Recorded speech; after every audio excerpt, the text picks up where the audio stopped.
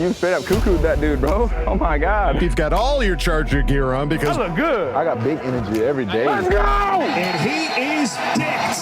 Blind squirrel finds a nut every once in a while. That's right. You have to love what you're seeing on tape if you're a Chargers fan, especially for the future with Justin Herbert. On the move and throws and touchdown. Players, coaches, staff, fans, together we can create something truly special. Stay tuned for some good content.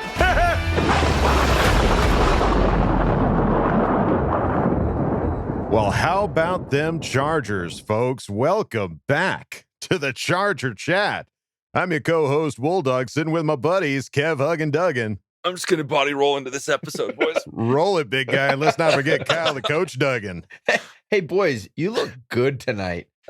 Do we? What are you wearing right now? I was in. I was in. Oh, Family Trust Respect shirts. family I'm trust right now. respect. Oh, man, yes. Shout out to Rambling Ronnie, who sent these just out of the kindness of his heart. These awesome, really They're well so made. good. They're so good. Look at it's Justin. He's in. It's got I was Justin. in. He was in, folks. This is the I was week. in. We got these just around Christmas time, but we wanted to save them because it's that week, folks. It's time God. to go against the And Raiders. If you want to get one of these bad boys, go over to Ronnie's website. It's Ramblin'. Rambling. Can you with a read G. that? I don't. Yeah, Rambling Ronnie's RONNIE.com. Yeah, Rambling Ronnie, all one word. If you want to get one of these Family Trust Respect shirts that are so awesome, and there's a few other Charger shirts on there as well, and sell them for a pretty good price. So definitely go check it out. And thank Good you, quality. thank you, thank Rambling you for Ronnie. that shirt, man. It's awesome. Very, very sweet. I remember getting the shirt, going like, "What is this? I don't remember ordering this." How drunk was I last night? Must have been. Speaking a of drunk, week. folks, we're coming off a win, so it is time for a victory shot. Let Kevin, us. with that water chug. Yes, I mean Stay hydrated, baby. that's I know. right. Just like Some of that high quality That was H2O. a Denzel Perriman pull right there. It was. Rip. Why you got to do it? Perriman. Good on week Raider for week. it. We'll Yeah, stay Rip Perriman. hydrated. All right, here we go, folks. Victory Cheers, shot. buddy. Cheers. Yes. Oh, Tastes so much better on a happy note. The Ask really Bolt fans does. are going to be great. I love when he drinks before those. This is good. I love it when you drink. I love you and you, Jake. Yeah, folks. Holy cannoli. It's another long Ask What a- Boltfam. What a good Monday, boys. What a is. good. How Nothing are we like it. feeling? Victory Mondays are always the best, and we say it and we obviously know it, but it's just like you just have a different disposition. Things just taste better. Yep. The sun just shines a little brighter for you. Yep. Everything, the birds sing a little louder. Yep. Everything is just going your The morning way. piss So was just the best piss I've had in a long time. Like all of it. you feel an extra pound lighter afterwards. It's just, yeah, exactly. It's Walking wonderful. on clouds. Yeah, folks. Again, this last game against the Broncos, you saw it in the instant reaction. We could not have been more hyped. I mean, what a beatdown of 34-13. I don't care who with COVID, what anyone was out. Don't matter. Bona fide butt whooping was just what it should have been, and that's what it was. And All that's what three it was. phases too. All three. three phases. Yes. Records were set. It was just amazing. It was a wonderful game to see. And Kyle made mention that he thought that we might get flexed into a primetime position. Oh, Sure wait. enough, yes, we have been flexed to the Sunday night football game on NBC. Last game of the season. That's Last us. game of the regular freaking Going season out. is the My most God. exciting one. the gang. last one. We just have to wait all day. It's going to be so hard. And It's we have gonna to be- deal with Collingsworth, which sucks, but I'll take it. Yeah, we'll have to listen to the. I'm going to have to watch the game on mute, but it's cool. Yeah, No, we'll just do it's- Matt Money Smith. Just turn on the radio Yeah. version and sync Yeah. it up. There you Done go. deal. That's not a bad idea. Yeah, that's a recommendation for all Charger fans. Don't listen to the Sunday night broadcast. It's just going to get you frustrated. There's no point. Turn it off. Right. Turn on Matt Money Smith and listen to him. Just be excited about Be the money. Chargers because Yeah. Collinsworth sucks. He can Yeah. suck. You sucky Suck, suck. suckity, Collinsworth. suck. Yeah, get ready to hear about 100 different facts about the Raiders that you didn't think you needed to know, but apparently Chris thought he'll you did. probably talk about Burrow too at some point. He'll find a way. He'll bring in way. every quarterback that is around Justin Herbert. Yeah, to somebody else. Yeah, they're all going to be mentioned. Yeah. And I actually watched my first proper Dolphins game this last week. I'm so What a game glad. to watch, right? I actually watched the whole thing, and I'm so glad we don't have Tua. That guy sucks so bad. Isn't it weird watching a lefty quarterback too? Oh, it's so just watching wrong. him drop back, it just doesn't. It looks just gross. It looks weird, a little wonky. He couldn't hold on to the ball. That was sweet. It's just wild. It is wild to see. Thank you, Justin. I love you. Forever we will be talking about, isn't it hilarious that the Dolphins didn't take Justin Herbert? And how bad Kevin wanted Tua. Yeah. I could not be happier that I was wrong. That'll never get old. But looking over at the records that were broken, obviously we're all aware Justin Herbert broke Phillip Rivers' passing touchdown season record. In proper time, 16 games. Yep, in proper time, 16 games. In his second year, Phillip's record was set in his fourth year. He was drafted in 2004, and so it took him 4 years to hit this record.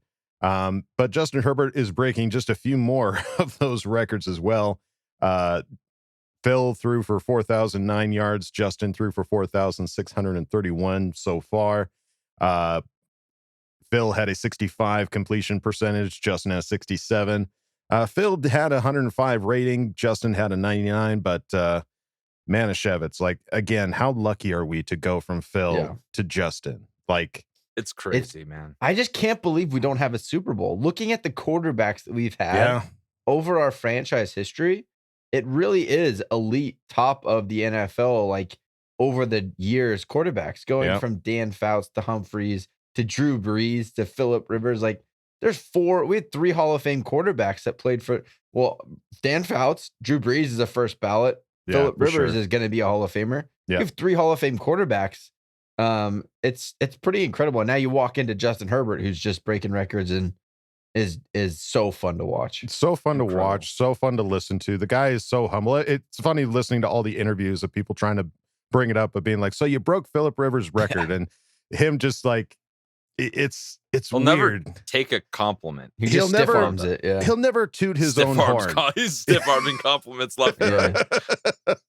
He'll never toot his own horn. He'll just constantly praise the people around him, which is just such a good look. It is such a good feeling to have a humble quarterback that's not just humble, but is playing out of his mind, just killing it on every front. So, Justin Herbert. Do you guys want to know something crazy? His stats? Yes. Last year he had, one less game, right? But if you were to equate all these out and lay them out, he almost had this. He would have had this season pretty much last year if he would have played an extra game. That's true. That's just showing you the consistency that he's That's bringing. True. Yeah. There's not a fall off. He With got different a little coordinators and different players, and everything's changed around him. Right down the middle, man. It's really incredible, and we're just so lucky. And this is the beginning of a lot more to go. Big time. Yeah, when they would ask Justin Herbert, he says, I think it's special because I was a Chargers fan growing up. I knew about all those guys. I watched them all. They're football legends. To be able to be even in the same conversation with them is a huge honor. We're not done yet. We still have a big game coming up on Sunday. We're going to need to have a good week of practice heading into it. So, I mean, I love him. I love him. Yeah. This year so far, I just looked it up. 4,600 yards so far this year, 4,300 last year. That was with one less game. Just to show you what we're talking about. It's pretty crazy. Sophomore slump. Right. Just a few yards shy of breaking that one record from Drew Lock for the passing yards. So that was the only one not Drew Lock. break. Don't. Or not Drew Luck, excuse me, Andrew Luck. Did I say Drew Luck? Yeah. Ooh, no more 1,800 tequila for me. Thank you. Looking over at PFF, which is usually our Skeletor to our He-Man, gave us a tweet that said the highest graded offensive lineman in Week 17 is our own rookie, Rashawn Slater, with a 94.8 grade. Highest Pro Bowl, baby. Yeah, Incredible. highest grade for the offensive lineman in Week 17. So, yeah, Pro Bowler. I should say that Pro Bowler, Rashawn Slater. And then regarding Andre Roberts, Joe Reedy tweeted out, Chargers kick return unit weeks 1 through 6 averaged a league low 16.5 yards, 10 of 15 kicks returned, didn't reach the 20-yard line. Average start was the 21-yard line. Since week 8 and Roberts signing, 31-yard average, which leads the league. That's wild. Wow. 4 of 22 inside the 20, average start the 28-yard line.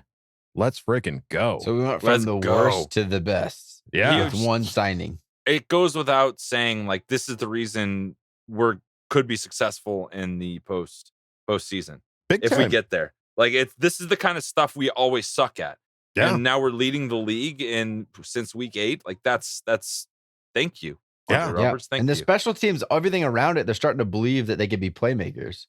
Well, Like, when's the last time we had a muffed punt return that we turned into a turnover? Well, don't talk it into existence, my friend. But No. I'm saying that's what they did. Right. That's what the Broncos muffed that punt, and we had I a see what turnover you're on saying. that. Okay. Like, that hasn't happened for us in a long time, and Yeah. it's just becoming part of what we're doing this year. Is the special teams is making plays, and it's not just, hey, let's hold on, don't screw this up, don't miss this extra point, but it's becoming a real actual asset to our team. 100%. Yeah, it's not even just Andre Roberts that made this better. Dustin Hopkins, this came out as well, apparently leads the league in field goals made with 41 field goals made with a field goal percentage of 0.891%. He's 20 for 20 from the 1 to 39 yard distance, 18 out of 20 from 40 to 49 yards. Like, who knew that our kicker was leading the league in field goals? How dumb does the Washington football team look? Like, are you kidding me?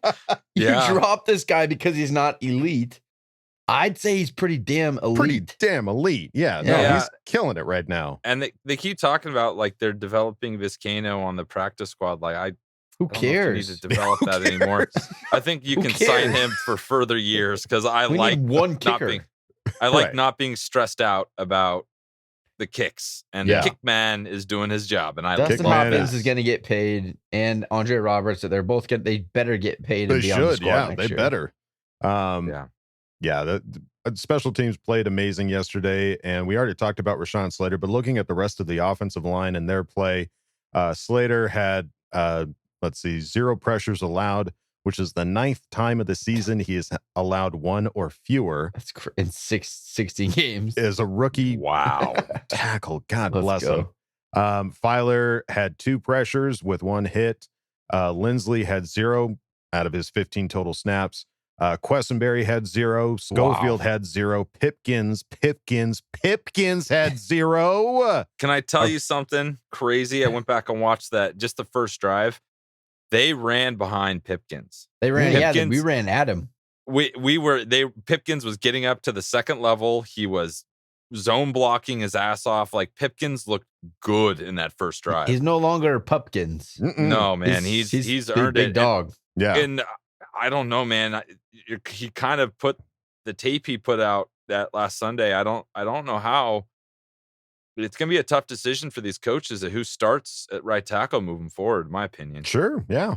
Which is great. Yeah. It's great to have options. Great It's problem to Yeah. have. Yeah, great to Yeah. have options, great to have depth, so that should something happen, you know that you've got somebody else that can step right in and get the job done. So Yeah. Offensive line had an amazing game yesterday, as far as allowing pressures.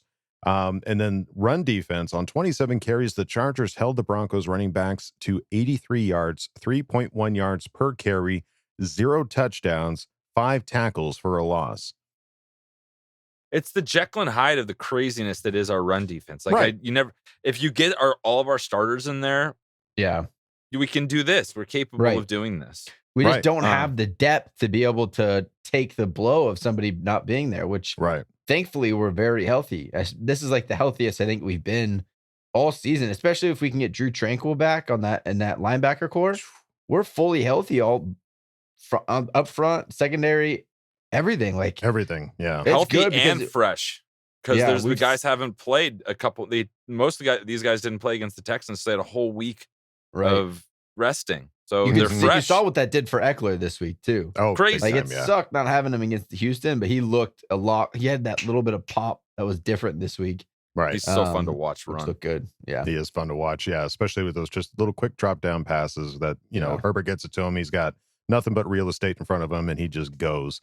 How about that challenge of him being down? Oh, that was so That was great. ridiculous. That was It wasn't so- even close. What was the stat they showed? Like Fangio was like 2 for 10 on challenges this year. Like Yeah. if you need to That improve was- something next year, Broncos, it's that. Yes. Get a better guy in the booth. to Get some tell him the glasses for that challenge. guy in the booth that's Yeah. telling you to throw the red flag. Good Yeah. God. All right, gang, and now it is time to talk about our sponsor this week, Symbol. Symbol is the stock market for sports that allows you to profit off your sports knowledge. On Symbol, you can trade sports teams like stocks, and every time your teams win, you earn cash. Use your sports knowledge on Symbol to buy low, sell high, and earn cash payouts when your teams win. Join over 7,000 early adopters who have started to invest in their favorite teams. Visit www.symbol.com, that's SIMBULL.com, to create a free account, and when you deposit, make sure to use the promo code ChargerChat, all one word, for a money-back guarantee. Make sure you use that promo code ChargerChat, and your deposit will have a money-back guarantee up to $500. That means even if you lose money in the first 90 days, Symbol will refund your initial deposit, no questions asked. Join Symbol and start investing and profiting from your favorite teams. All right, well, apparently somebody was mic'd up this last game, and it did not take them long to get it posted to social media. Apparently, Drew Lock thought somebody was, quote unquote, tired. Excuse me? What Yeah. would happen, Kyle? I think Joey Bosa was bored because the Broncos offense was just absolutely lethargic. So I guess Joey was walking to the other side of the formation and Drew Lock looked at him like, oh yeah, he's tired. Like we're going to run at him because he's tired type of it. Like just trying to And he smack said talk. it twice. He said it twice Yeah. too. He's like, Yeah, he's tired. Look at him. He's tired. Yeah, because he was just walking over like bored is what Joey Bosa looked like. And that was the play that Joey kind of stunted down and they were trying to block him with a tight end, which you just don't do. Yeah. And it's he not gonna work. tackled Melvin Gordon for a loss of like 3. And then he got up screaming. And I didn't really think anything of it. I was like, oh yeah, he made a great play. Sure. But I guess when he got up, he screamed, I'm not effing tired, right in Drew Lock's face. So good. And then so on Chargers put it out on their Instagram, and it was Derwin and Justin Jones like talking about it at the end of the game. Like that was freaking legendary, right. dude. Yeah, you got to LLC that business. Yeah.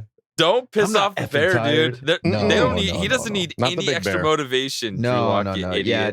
Carr this weekend is in some deep doo-doo with what he's been saying all year. Yeah. You know, our boy Bowie Yeah. has remembered all of it. Got to put Oh, on that yeah. eyeliner there. Yeah, Carr. put a It's little gonna be- extra mascara on. Yeah. Get it all the way down in here. Maybe it's Maybelline. Hey. Hey there. So that was just crazy, folks. We just needed to talk about that. Yeah. But one of the other things that came out that is just a crazy concept. There's a game going on right now, right? That's the Steelers and Yep. who are they playing right now?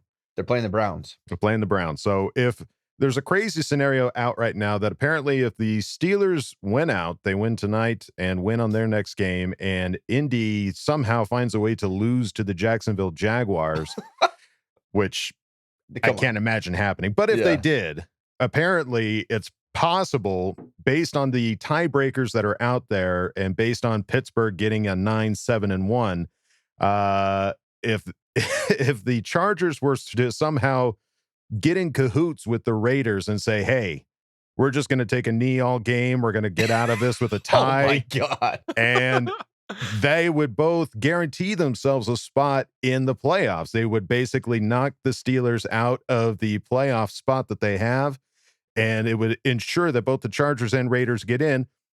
And it's an interesting concept because you're basically guaranteeing a spot to get into the playoffs without having to really play a game, no injuries or anything like that. There's I no imagine way. it's- In There's a no way, million though. years. I imagine there's like, like the old duels where they go up and they'd like shake hands before the duel and they turn around Yes. and shoot each other. Yes. I had this feeling like they'd walk out like Herbert and Carr would walk out to center field with like gloves in their back pocket, pull it out, and just smack each other in the face. I Very challenge good. you. And turn and walk away and then go to the playoffs. You would really have to trust the Raiders, which I don't trust them Oh, yeah, farther no. than I could throw them No. because, we would get down to 1 second. They'd have the ball. They'd throw a Hail Mary and try to win the thing. Yeah. That's something that they would do. So this is a fun hypothetical, but this shit ain't happening. No, even there's if no it way. got to this, we need to kick their ass no matter what. You never know. Like the game could end in a tie, not because we try, but it could. And once you, if you got to overtime and it was like, that's something to consider. Yeah, I guess, right. maybe. Exactly. Yeah, yeah. If you're like, oh, do we kick this field goal? But if we miss, they get it at the 40. Should we just punt it in there and make the playoffs? Like that could potentially be a thought. But I just don't think you give Justin the ball in overtime, he's gonna score. Like that's just how it's gonna go down. It's an interesting thought because I mean, first of all, Pittsburgh has to win both their games. I'm not sure what their status is right now. They're winning right now. They're up 13-7 against the Browns in the fourth quarter. But so I think it's very possible for Pittsburgh to win out, but for Indianapolis to lose to the Jaguars, not after what the Patriots did to them. Like they're just done. They've all packed their bags. They're going to go play that last game and they're out of there. Yeah. So it's very highly unlikely, but it was an interesting concept because this has never been a situation. You know why it's interesting? Because no one knows how the tiebreakers work. I have no clue what a tiebreaker is for anything. I really have no clue. Yeah. It's crazy. It's like you win, and somehow if other teams win, even like we were ahead of Baltimore 2 weeks ago. We both won, but then they jumped us and we got knocked out. And I was like, how does that work? It's like conference, how much you win based on the strength of your schedule. It's a lot of craziness. Conference games. We both won conference game. We both won AFC games. And strength of schedule or something. There's just a lot of weird shit in there. I don't understand either. Too much. Too much to figure out. So the most important thing is Chargers just need to win. Chargers just need to go to Vegas and just beat their ass. Just win. Looking over at Twitter, Daniel Popper tweeted out about Corey Linsley's situation. He is currently day-to-day per Brandon Staley. Staley does not think the back issue will keep Linsley out of practice this week. He called it a game isolation situation. Weird. Which is, I've never... What's a game isolation situation? Maybe, I don't know. Maybe he was dehydrated and he kind of spat, like his back tightened up because of lack of hydration. Like, when you get a cramp in your leg. I really don't know. I've never heard of anything like this happening, but it's good to hear that it's not something serious. Need a banana. Get the man a banana. Yeah, potassium stat.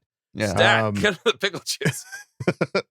Okay, well, now looking over at the sound bites that came from Chargers.com, Derwin James was interviewed, and on quarterback Justin Herbert tackling Mike Williams after their touchdown, which if you haven't seen that, by the way, you didn't really see it when the game happened. Yeah. But if you go on social media and check out some of the videos, it is so cute. And it's just, I Mike love Williams posted it on his Instagram too. Yeah. Pictures of him getting tackled. It's just, he was just so hyped, came up and hugged him, and it just fell to the ground hugging him. It was he just tackled him. It was so cute. Throw a score underneath that and it wins an Oscar immediately. But Derwin James said it was amazing. I don't like the guys tackling each other out there, but it was amazing seeing their celebration in the team's camaraderie together. Everybody bonding for that special moment. That just shows you how humble he is. For him to break a record and go tackle Mike Williams tells you what type of guy he is, especially when he's the one breaking the record. We love Herbert, and we're so happy that he's our quarterback. So cool. It's such a good point. Yeah, he wasn't like jumping up and down, pointing at the other team. I did it. He's not me. Everybody I'm Patrick Mahomes. Me. Yeah. Not doing any of that business. No. So yeah, just great to see. And then on Roberts' impact on the team as a whole, primarily contributing in the field position aspect, Derwin James said he gives us a big lift. Our special teams needed work from the beginning of the year, and he's brought us a long way. His vision, his speed, and his ability to make plays, I feel like that's what separates him from some of the returners in this league. So, I mean, which is a good point. Like, I don't know how many punt returners or kick returners, like that is just their sole position. I'm so used to seeing it's, a wide receiver or a running back or Swiss Army knife. They got to do safety or cornerback. Do this because they kind of can. Yeah. They're out there. They're usually like Andre. They're like a worst case scenario wide receiver. They're like an emergency wide receiver. Mm-hmm. They're number 6 on the depth chart. So they're still on the active roster. But I mean, most guys are like, even some of the greats, Devin Hester didn't really play offense a whole lot. Like they'd toss him in here and there. Mm-hmm. That's But yeah, it's hard to find. That's what's Mhm. crazy. It's like they're worth the roster spot because they're just Big he's time. making that big of a difference. It's huge. We saw this last game. You Yeah. got to look at these two signings, like Hopkins and Roberts. Like they're so monumentally huge to this team. Like our Mhm. special teams has been so bad for so long, and the fact that they were cut by teams is Yeah. just how lucky Yeah, were crazy. we? And then not only lucky, but for Telesco to see that and be like, okay, that's a done deal. Go get him. Mhm. Like we're lucky. Well, I mean, it's Kevin trying to spin it on the Tom Telesco genius. well, it is track. interesting because we are Just a little. we're not out of we've seen it happen before where we pick up guys that's like, okay, they play with a team, either they got cut or something happened, and yeah, we'll pick them up and we'll put them on the team. And Give 'em a chance, they yeah. had a few good years, right? And it doesn't necessarily always work out. So to get somebody like Andre Roberts and Dustin, productive. yeah, and productive. That's the thing. It's like we get them and they're filling a spot that, they're doing their job, but it's like, it's okay. It's mediocre at best. It's serviceable. Yeah. But I mean, these guys are killing it right now. Hopkins and Roberts are just doing it. They are doing it. Yeah, they are. Amen. So it's great to see. And it is, I think it's one of the best pickups of the year for the Chargers. 100%. And then Derwin James said on keys to preparing for the Raiders, we have to know where Raiders wide receiver Hunter Renfrow is. He's a guy that gets open a lot. Raiders quarterback Derek Carr, it starts with him. So we have to be able to put pressure on him. We have to be ready for everything, whatever they present. So, yeah. Well, they know who he is. Like they know what he does. We've already played him once. We play them every year, twice a year. Right. We know who the guy is. So, Right. I'm excited to see. Yeah, it's just crazy. These divisional games that are AFC West teams, it's like we know what they're gonna do. We already have the game plan. We've got a whole we season's just have worth to go of execute tape to look at. Yeah. And there's some from when we played them first to where we're playing them now. There are some roster changes, some cornerbacks down, some more crazy stuff that happened in the news. Deshaun Jackson is now on the team. Right. Exactly. Yep. They're looking to maybe possibly get their tight end Waller back, who's been out for a hot minute. So we'll look into it more in depth on our Friday episode. But I still think we can beat this team no matter what they're doing. Right. As long as we have a good game plan and our offense plays lights out, we'll be fine. Yeah. If it's anything like Monday night, it's going to be a damn good game. I'll tell you what. Sign me up. Yeah. And then on playing on Sunday Night Football for the second time this season, Derwin James said, we're definitely built for this moment. I definitely feel like that is going to help us. We can't too much think about what we did in the past because we know what the Raiders are coming and fighting for a playoff spot too. We have to bring our A game. We already know what type of game that it's going to be. Nothing that we did in the beginning of the year matters anymore. All that matters come Sunday night is that if you win, you keep going. Yeah. It's just so fun. Yeah. It's just so fun to be in this right now. It's just, we had a couple of years of just real bad football that December wasn't a fun year. No. Like even last year when we flew out to the Kansas City game for week 17, it was like, I mean, this is fun. We won. That's cool. But it's like, we're done. Season's over. I love that we can put the blinders on. Like we don't have to worry about other teams. We don't have to worry about any other stuff. It's like one game. This is all this is playoffs. It. Just focus on that. Yeah, exactly. Yeah, it's going to be a heck of a game, folks. Sunday night, be there or be square. And don't forget to go on over to chargerchat.com. Check out some of the sweet merch that we have. We don't have any of it on right now because we're wearing Ramblin' Ronnie's sweet ass shirts, but gotta do it. Gotta represent family, trust, respect. But don't forget to go on over to the member section on chargerchat.com, chat it up with some of the other Charger Chat tiers, and ask questions for Ask Boltfam. So go on over chargerchat.com. And now it's time to go on to our next segment. It is Fan Focus. Let's see what fan we are bringing into focus this week. All right, guys, we're back with another Fan Focus. We are super excited to have Curtis from Redlands, California. What is going on, Curtis? Just hanging out, man. Ready for a big win on Sunday. Amen. Amen. What I love these are my favorite fan focuses, especially after a big win. And in my opinion, this was the biggest win of the season for us. Like everything went our way. We got the win. Destiny's in our hands. What was your, we'll kick it off with your initial reactions to that game. Man, I was a little concerned about Patrick Surtain. I knew that I think their nickel corner was out, so I was pretty confident when we moved Keenan Allen around the slot, or if we used Palmer or Guyton, we'd have a little bit more ability to convert on third downs. But that really didn't end up being the case. The running game really is what flourished, and shockingly, Trey Pipkins held it down at right tackle. And the Justin Herbert's big connection to Mike Williams, and I can't forget Andre Roberts' huge return. Special teams killed it. I mean, I was stoked about it, man. It's always tough to play against the Broncos, and I'm so happy we got the win. Yeah, it was clutch. It's just so exciting. And Pipkins, like you said, that first series, they just drove it on the right side, right behind him, and it worked out. So we'll get into that a little bit more. But before we get rolling into this, man, I want to find out a little bit more about you and how did you become a Charger fan? So it's kind of a funny story. So I was a freshman in high school, and I had just moved from Georgia, actually, to Redlands, California, basically. And a lot of my surrounding neighbors that I was going to school with played Madden a lot. And I always lost in Madden to these guys, no matter what. I mean, I'd get blown out. I could pick any team. If there was a 99 overall team, I'd just get destroyed. And so I really kind of got tired of playing against them. But anyway, so the following day, I went to school like normally, and there was a kid in my English class who had the Chargers team photo on his binder. And I was playing football, but I was pretty unfamiliar with all the NFL teams. I was just kind of focused on playing football. And I asked him what team that was. And he was like, oh, man, at the time, obviously, San Diego Chargers. And I was like, are they any good? He was like, yeah, man. Went on to tell me about, his fandom.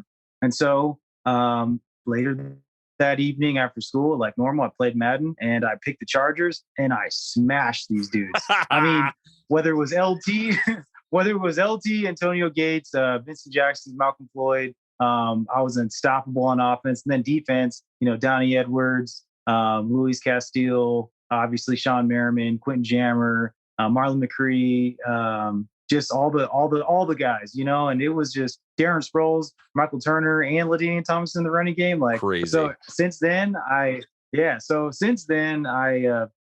kind of became a Chargers fan, and I've been a Chargers fan for 15 years. And I'm never looking back, obviously, with all the ups and downs. But yeah, man. I love the origin story. It's so crazy, the Madden thing, and you rest in peace, Madden. But a lot of people came to it just video games and Madden and Chargers and the jerseys. And I'm glad the first time you played with them, you smashed some fools. So that's good. Oh yeah. That's awesome. All right, cool. Well, that's cool. I want to get your insight. You've been a fan for 15 years. Like, how does it feel right now to be a Charger fan? There's a lot of exciting things going on with our team. New coach, quarterback is a stud. The handoff from Phil to Justin. Like, what are your thoughts as a Charger fan right now? Man, you kind of hit the nail on the head. Obviously the biggest one here is Justin Herbert.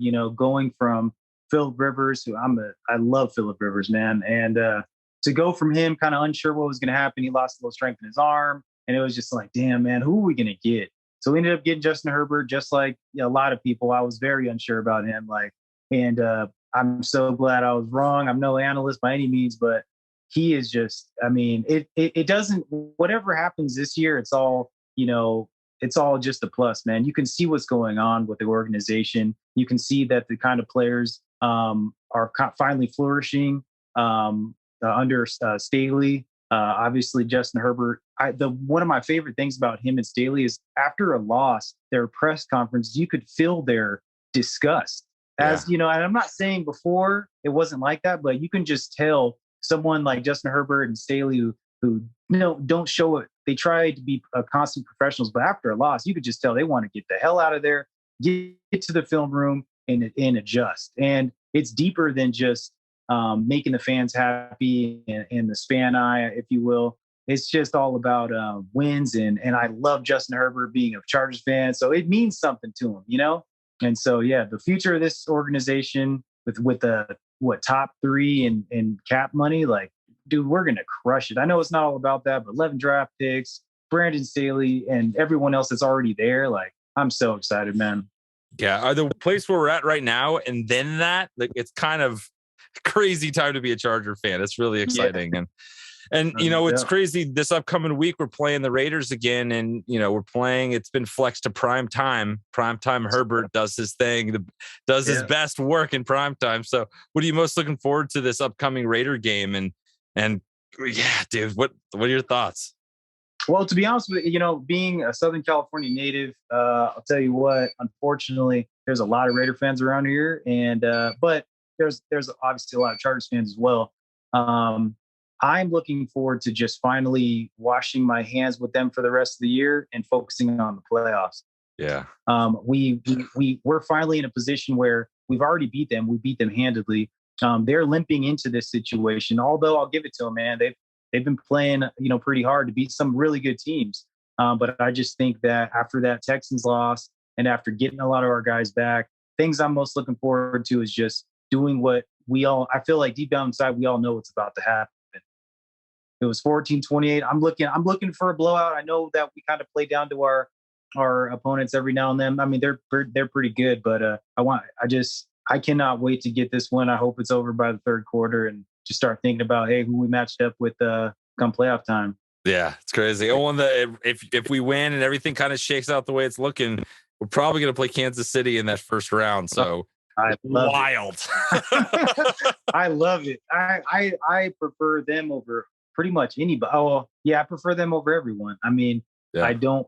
The Patriots give me all kinds of issues. Just I don't know why I cannot stand that team. But the Chiefs, I wouldn't be worried about them at all. I mean, we'll see. Obviously, it's still the Chiefs, but other than a few things with that last game, we pretty much could have blown them out too. I mean, we could at least had potentially 14 to 21 points on these guys. So yeah, I think that Justin Herbert and the rest of the team gets up for that specific game.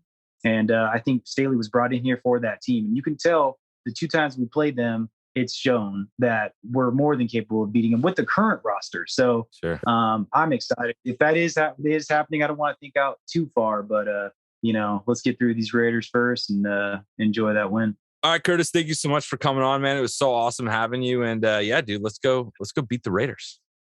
No doubt, man. I'll see you guys on Twitter. Okay, love you. Bye. Okay, love you. Bye.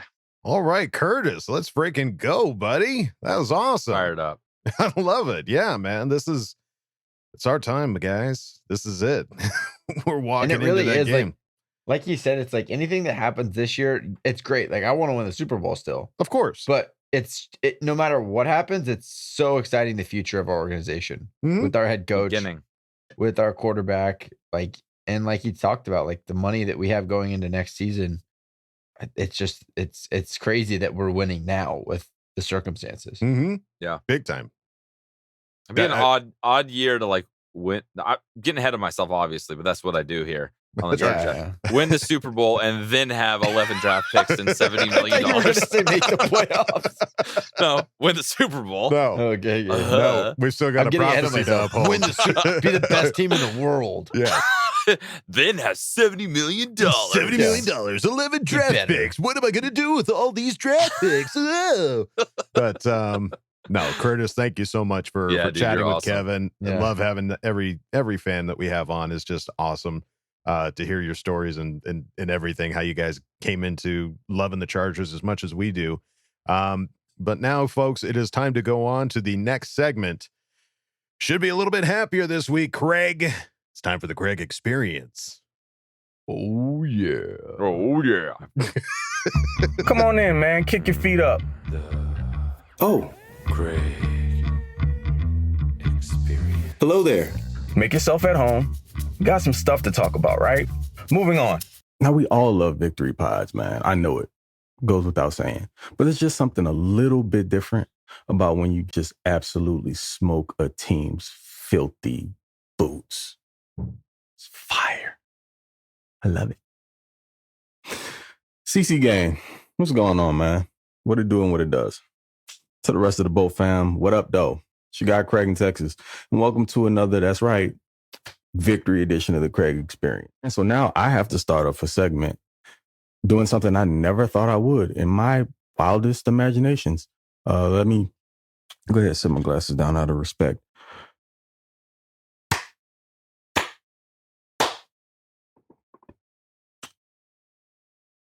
Shout out to Trey Pipkins. Yeah, that felt awkward. I mean, come on, give it up. Dude played well, like very well, actually. And I'm certain that we all took a collective side when we saw before the game that he was announced as the starting right tackle. I mean, both he and Storm Norton came off of the COVID list at the same time. We all assumed Storm would be back at right tackle, and that's not how things went. I think Storm's still suffering from some lingering effects of having COVID. But even after that performance at left tackle, protecting Herbert's blind side against the Chiefs, I think we all thought maybe that was just a little blip, and we didn't want to see him back on the field in any long-term capacity, especially not for another full game. And that's what we got. But this time on the right side, and dude held up, more than held up. He handled his business. So got to give it up to him, man.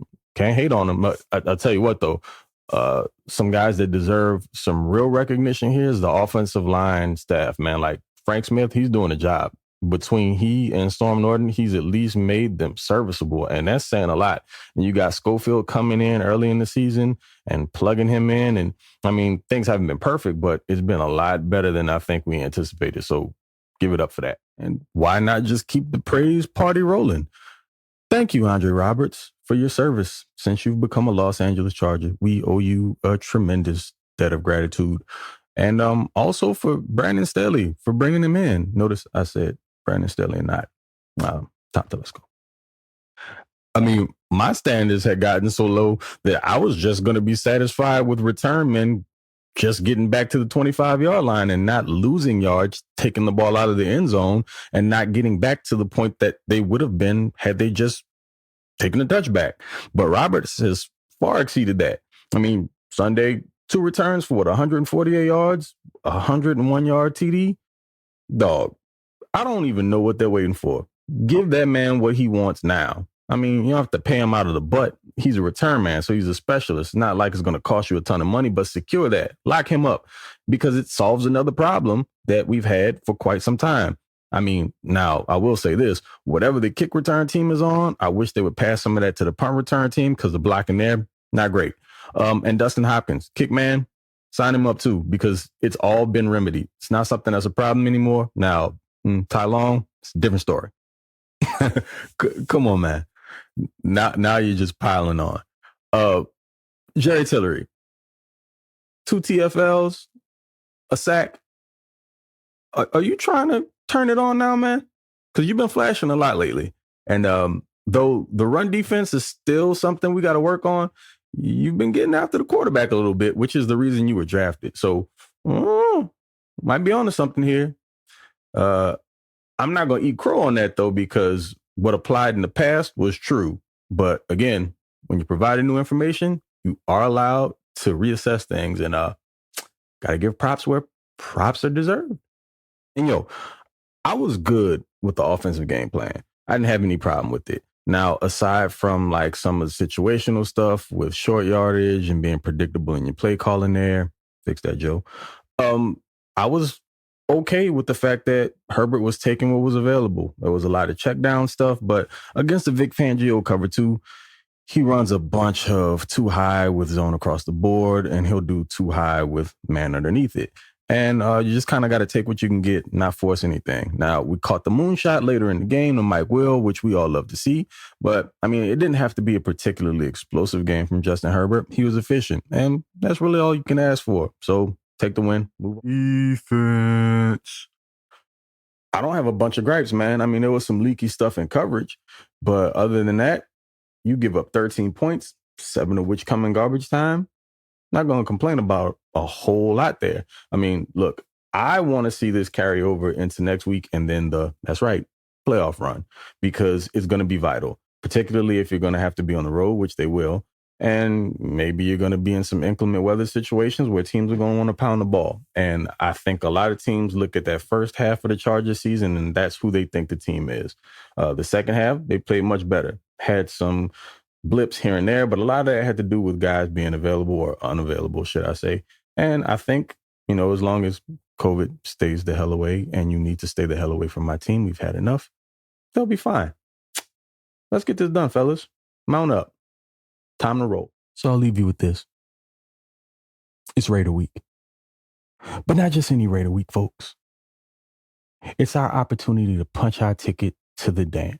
And I don't know about you, but I got some nice shoes and a fire 3-piece that I want to throw on and party at the Raiders' expense. Let's go in there and slap Derek Carr and his band of ex-cons around and show them that it's about the gang. The only gang that matters. Not like the real ones that he prances around with, like the dudes who like steal old ladies' purses and like shoplift. Not those cats. The boat gang.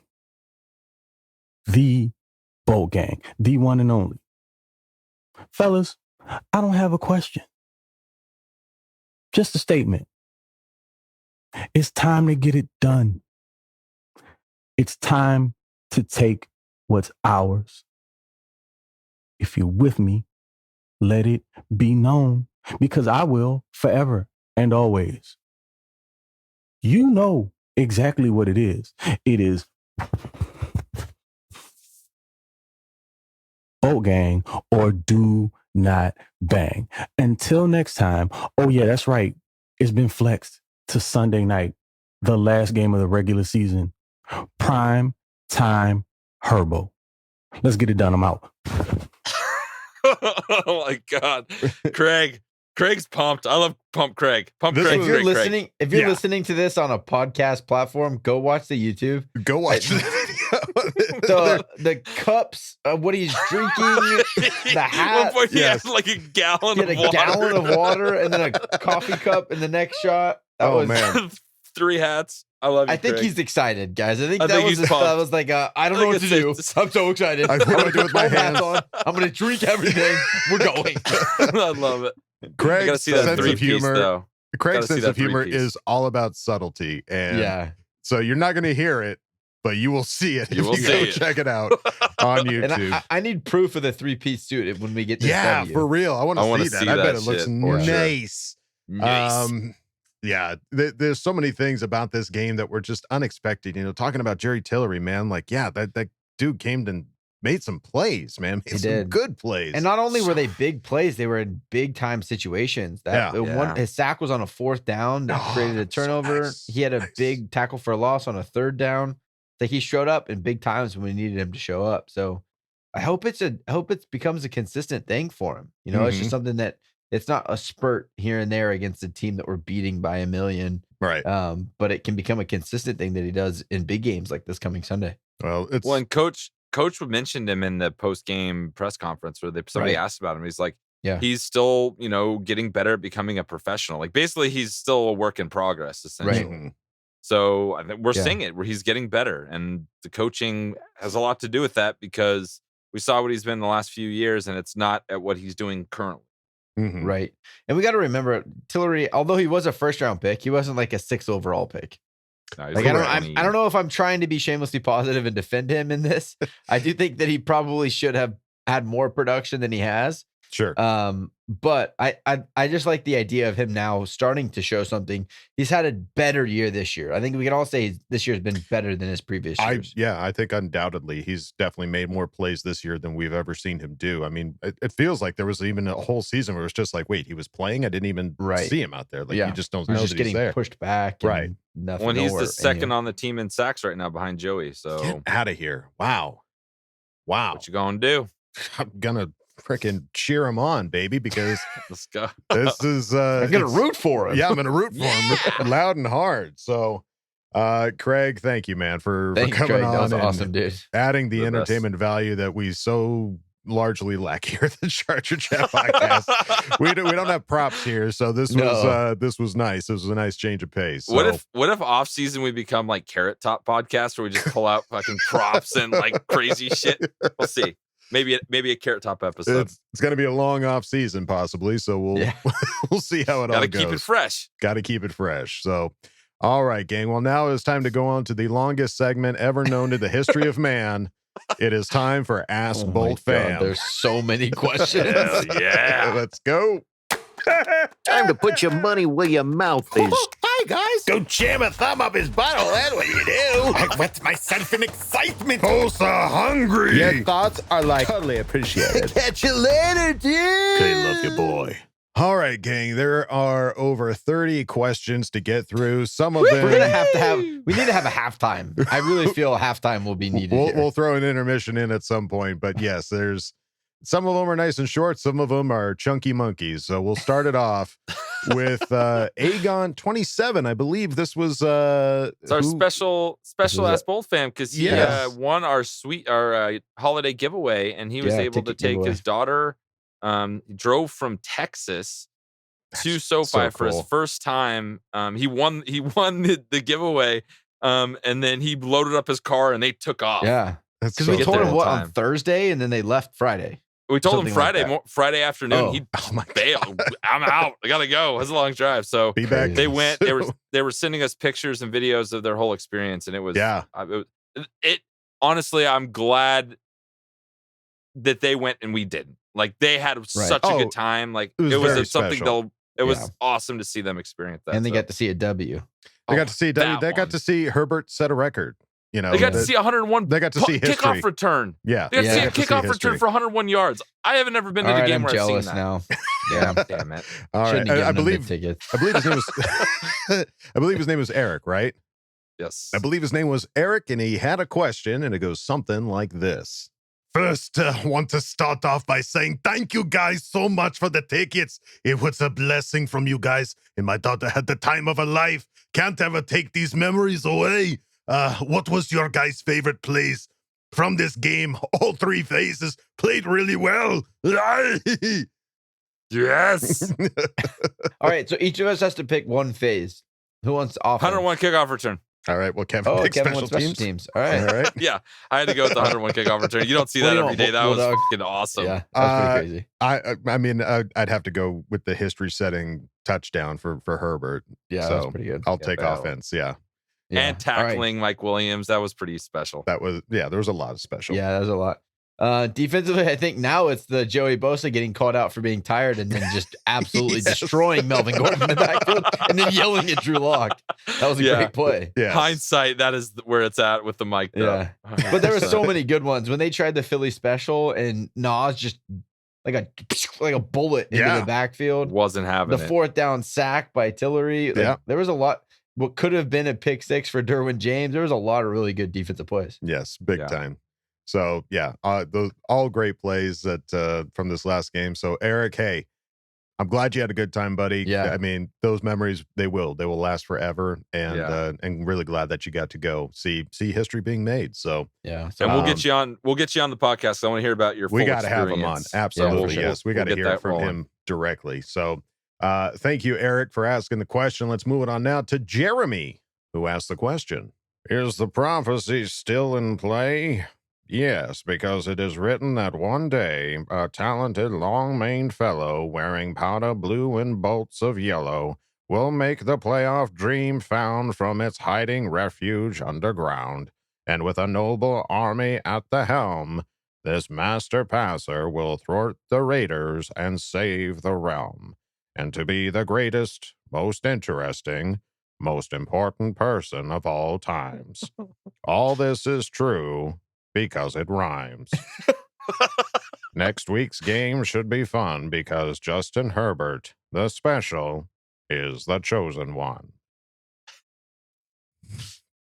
Yep. Yeah. 100%. All right. I can't fight that. Yeah, it does. It did in fact rhyme, so it has to be true. The master passer. I don't know if the prophecy is necessarily still in play. I don't know if it's a our new numbers prophecy. It's a new. I like it. New prophecy. I will tell you one thing though. We did talk about the California burrito on the last episode. Yes. There's power. There's power. How did that in the go, burrito. Kyle? Because I got a picture from you. I got a burrito. I got with the jalapenos. That's our like childhood spot. Yes, and jalapenos. I remember that. I will say it was $11. The price of beef. The price of beef is out of control, but it Wow. was good. And I will happily drop $11 for every W. For a guaranteed A win, $11 a win, yeah. Yeah. And mine wasn't fucked up. I had no pico and I had extra guacamole. Yes. There you go. All right. Mouthful of guac. Let's Makes go. it happen. That's the prophecy. So next week, now. everybody who listens to this, do your best. Yeah. If you like California burritos, it's worth it. It's extra juice for the boys. There you go. Oh, I said it like that. I was running out of air. You really weird. ran out of air. on No. that one. Yeah, I did. The boys don't need any more juice. Juice them up. All right, there you go. Thank you, Jeremy, for asking the question. Let's move on now to Melanie Arbuse, Certified fresh. who asked the question. Question: California burrito, did it have guacamole this week? Just curious. Go Bolts. Melanie, I didn't know this question was next. Had no idea. I was channeling what you were about to say. It's all And good. it did. It did have Not guac. only was Extra. there extra guacamole, the guacamole was a little spicy the way I like it. It really, the French fries were perfectly crisp. Oh, And that's it right. was the perfect bite. Perfectly filled. All It was meant to be. right. So, Okay, every- yes. Next question, Bobby Flores. All right. All Love you, right. Melanie. Thank you. Good Thank question. you. Thank you, Melanie, for asking the question. Guacamole. Let's move it on now to Staley's Nuts and Bolts, who asked the question. Sorry, it worked last game, so I have to make you do it again. Let him throw. Let him throw. Come on now, just let him throw. Let's go. Let's go. Can't hold us back anymore. I don't care what they say. Let the Bolts rage on. Raiders never bothered us anyway. So what can we do that we didn't do last time? I say throw it more,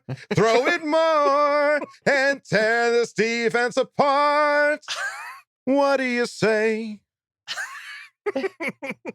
Oh boy. I love the let's go. It's just like, let's go. Let's go. Let's go. Let's go. Good one. Well, Nuts yeah. and bolts. It better work this week because I hate this movie so much. I don't know. I feel like the running game has really come along for us these last couple of weeks. The You know, run like it's- defense or the Our running game, like Our 'cause run he's saying, game. let's just throw the ball. Oh, I see what you're saying. And, Yeah. and I agree. Like I want to see Justin throw the ball as well, but it seems like running the ball is what's like Kansas City. We ran the ball really, really well, and we should have won that game. And then Mhm. and then this week against Denver, we obviously ran the ball really well as well. So I think Mhm. I do want to see Justin throw the ball. Obviously, I want him to throw for 500 yards, and Right. Carr just looks like his little baby that he brought to the game. But yeah, I think that the running game is something that we're starting to lean into a little bit more now that we have that clear number 2 that we can put in True. and keep Eckler fresh. Yeah. I will say this: if he throws over 380 yards, he'll have 5,000 yards I'm on all the about season. Just saying that. I'll sleep Yeah. out there. I think I just saw, I don't have the exact number, but he Herbert only has to throw like another 170 something yards to break some other record. He's Boy, that gonna- I'm was a, sure. yeah. I'm sure that's true. Yeah. some Like, other I think crazy ass this record. offseason, we need to gather all the records that can be broken by a quarterback just so we have them databased so we know Yeah, what's yeah. coming. Yeah. So we know what we're looking for. Yeah. Pull them up Yeah. in a little index and find them. Yeah. All right. Well, there you go, Staley's Nuts and Bolts. I hope you appreciated that because That it, was awesome, it actually. killed me inside to do it. But let's move it on now to Coach Lago, who asked the question. So, dadgum, do we know the size of Herbert's foot? Let's go ahead and shove it up Orlovsky's and PFF's keister. I mean, Craig can hold him down, but shoot, gosh dumb. Herbert got me, huh? Well, the kid looks pretty darn good. I mean, heck, I played my heart out for 16 years in Bolts, and he already got me. But, you know, the difference is Drew Lock wouldn't have survived me. You know what I mean? I mean, just ask Jay, 90-yard touchdown. I will talk in your ear. That's what I do.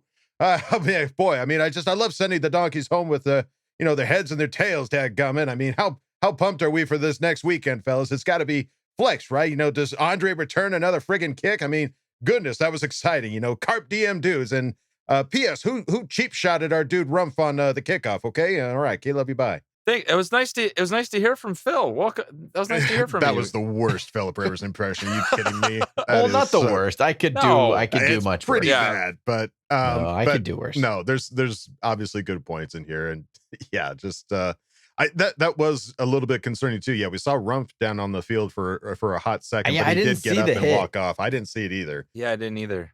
Maybe that'll be that was after that was the 101, right? That was the 101-yard kick return. I believe so. If somebody cheap shotted someone, I'll go back and watch, and we'll put him on the list. It's him and and the Steelers Hayward. Defensive lineman that decided to punch. Yeah, those two will be on our list. Belly puncher. Yeah. They're put them on the list. Yeah. So how pumped are we? Pretty damn pumped. Pretty pumped. I'm actually really fucking pumped right now. Let's go. I'm pretty pumped. I'm pretty sure I'm going to be fully bolted this whole week, and I might need to see a doctor. But but thank you. Fully bolted. Yeah. Way more than the 8 hours that you have to go see a doctor after. Yeah. You put some ice on that voltage. It's it's not an over-the-counter medication. It's an organic thing. But Coach Lago, thank you for asking the question. Let's move it on now to Gigantor 5000. Certified fresh. Who asked the question? I have a question. Why were we doing such obvious run plays if Corey was out and we kept losing yards? There was a few times that we were doing a run and Eckler was getting hit behind the line, and it was, I mean, anytime you get hit behind the line, it's obviously frustrating. And I think it just felt more frustrating than how many times it was happening. They start to stand out more. One of those I remember vividly, at least one of them, they brought the house. Like it was like a third down, and they brought a lot of people, more people than we had blocking. So I don't know if that's necessarily on cue.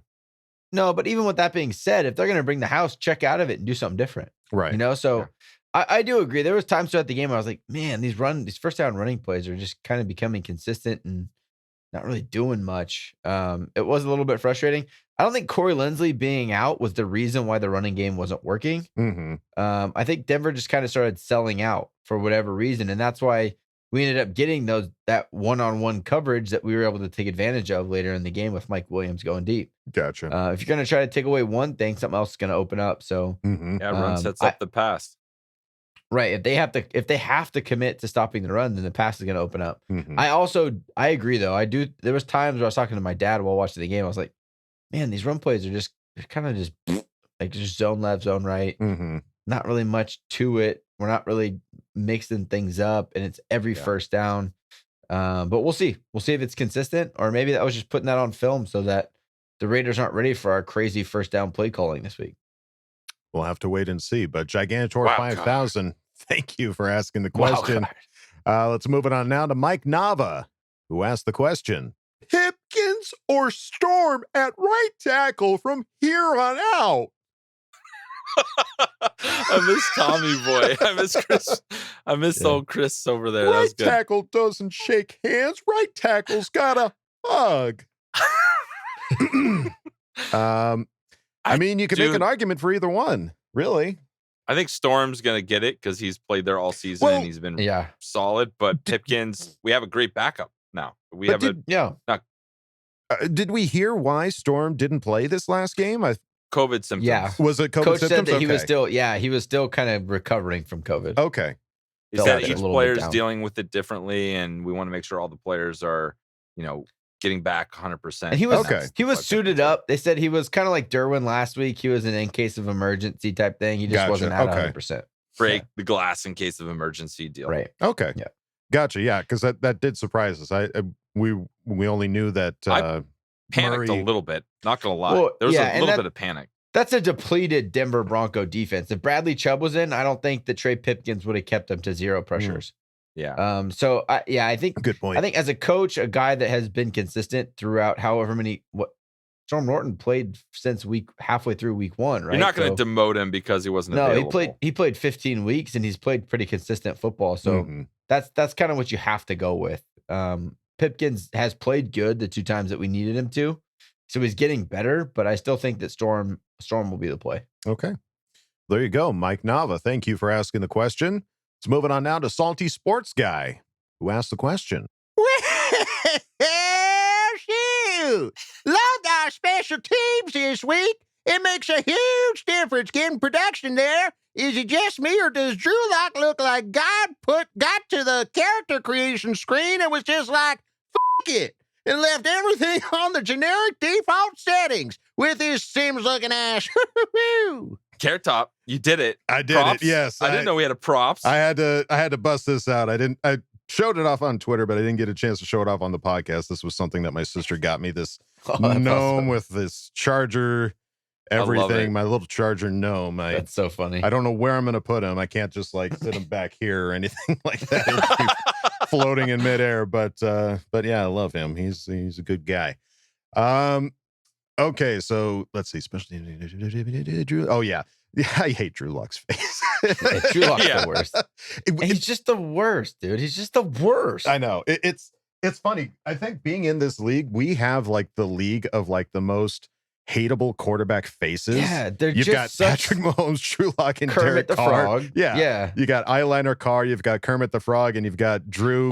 Let me dance my way out of this lock. Yeah, so Derek Carr has the most ridiculous hair right now. He's like has some balding, but he has like trying to grow a fro. They put him next to the guy from Home Alone. Marv. 100%. Have you seen that picture? Yeah. He's Daniel Stern. Yeah. Done. That's it. Yeah. Done And with then- eyeliner. And then Patrick Mahomes cannot grow a facial hair, but is trying so desperately. He's trying so Walks like hard. a pregnant woman and just sounds like Kermit the Frog. Like, how do you get all of those things into one person? Into one conference. Wild. Too. We had a real awesome And then we real have world Drew season. Lock. Teddy Bridgewater was like, at least like, oh yeah, Sure. Teddy's a I good didn't hate guy. Teddy Bridgewater's face. Yeah. I hate Drew Lock's face though. There is Drew Lock- something about his face that I do not And his like. lack of dancing ability, but he keeps trying to do it. He just is such a gomer. He turned into a real crybaby this last game too. So My face. My face. My face. No, your face hit the ground because you got laid out. They tired. I hit you. He's you hit the tired. ground. He's tired, guys. Come on. He's tired.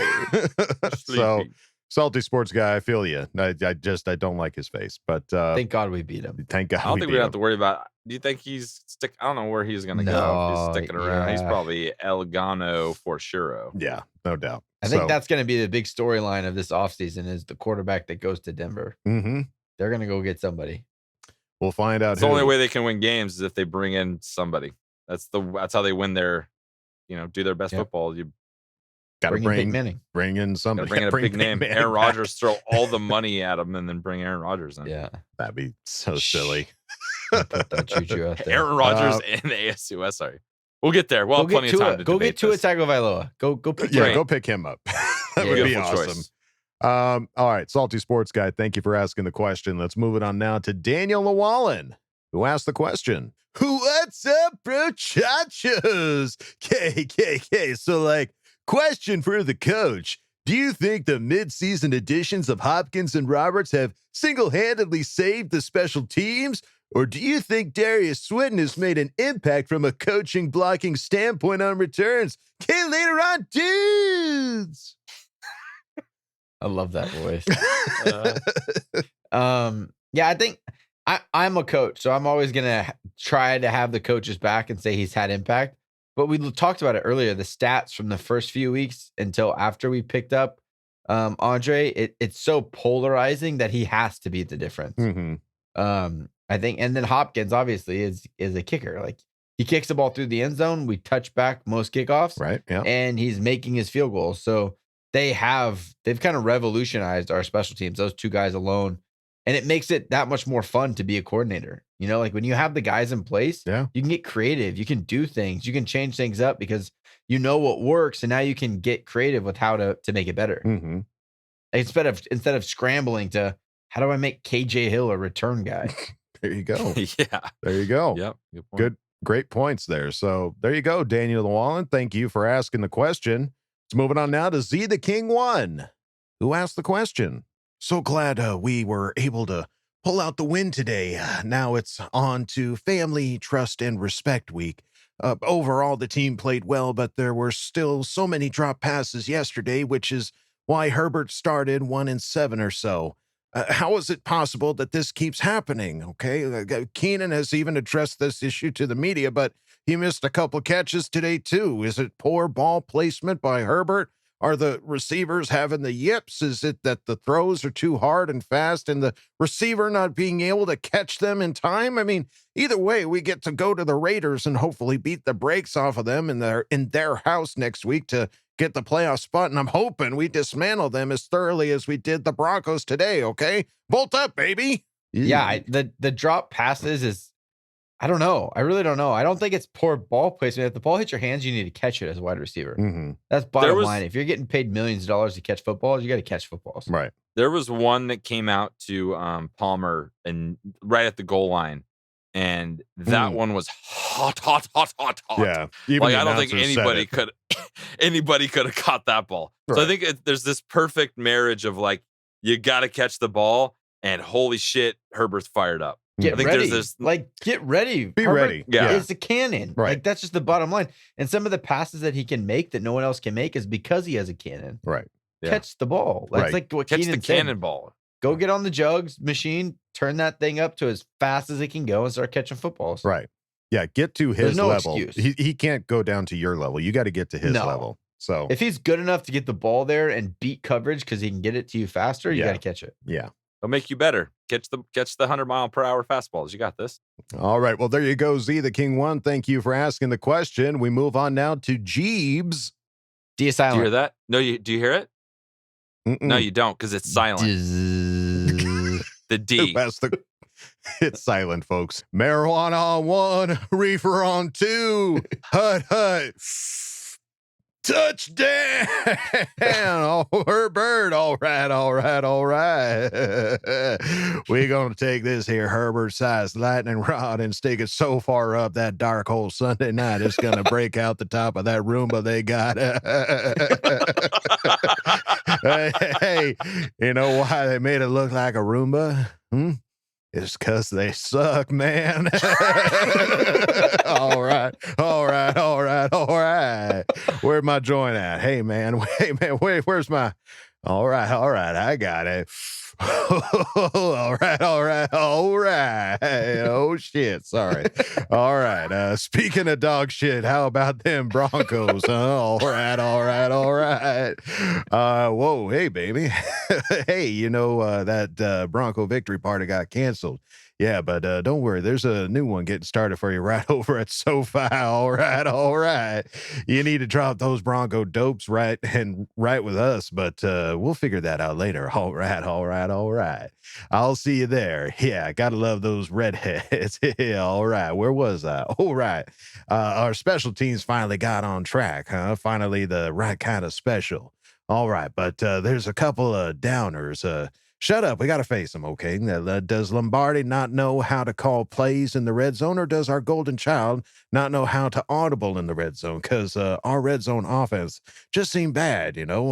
Also, what the hell happened to catching with your hands? I noticed a lot of times our receivers like to catch with the body, but like Keenan's first drop, it hit him in the chest, but he cradled his arms too low, then got hit from behind, so, you know, incomplete. I'm no receiver, so I don't know, but I've always heard catch with your hands. Just saying. All right. I'm going to go out with this. I couldn't tell who said it, but I'm pretty sure it was Locke. Somebody said he's tired. I'm assuming it Bosa. Then at the snap, he busted through that line like a man possessed. Then he got in Locke's face like, who's tired, you little bitch? Yeah, all right. I love it. All right, Boltfam. Enjoy Victory Monday. I know I will. And we'll see you at that Roomba shit bowl with that shitty-ass Colin bitch announcer. All right, that guy. All right. Oh, yeah. And the Raiders. All right, kid, love you. Bye. All right. All right. That was a good one. Ooh, another long one there, Jeeves, but I love it. That was awesome. That was good. So we're talking about play calling, red zone play calling, and then drop passes. And drop passes, yeah. Which, I mean, we kind of already talked about the drop passes. So the red zone play calling. Jeeves did kind of look at technique, right? The That's idea true. of catching with your hands versus your chest. Mm-hmm. You always coach kids to catch with their hands. Mm-hmm. It is weird though. I do see pretty consistently a lot of receivers, if they're open, they let the ball come to them and catch in their chest. I don't know if they're still catching with their hands, but it's more comfortable trapping. I don't know what it is, but I do see it. I see it kind of a lot. It's not isolated to the Chargers or Keenan. I don't think you can attribute that to the drops. Obviously Keenan Allen is one of the best receivers in the world. And if that was the issue, I think he could see it on tape and fix it pretty quick. Mm-hmm. So I don't think that's the issue. The red zone offensive play calling, that's interesting because we have gotten stopped down here against the Chiefs. We had a couple goal line things that didn't pan our way. Mm-hmm. Again, this week we had to kick a field goal with starting at the ball at the first and goal at the 1. Mm-hmm. What do you guys think? What have you guys noticed of the offensive play calling down there? What I haven't noticed is there's no Gabe Neighbors. I want to see Gabe Neighbors, quick That's handoff, true. just power. Every time he gets the ball, he only gets the ball when there's an amazing punt or something, and we get stuck, underneath 5 yards, and he gets us 2-3 yards every time we hand him the ball, even if they're like goal line defense on us. So I want to see more Gabe Neighbors in those situations. Give the man a shot.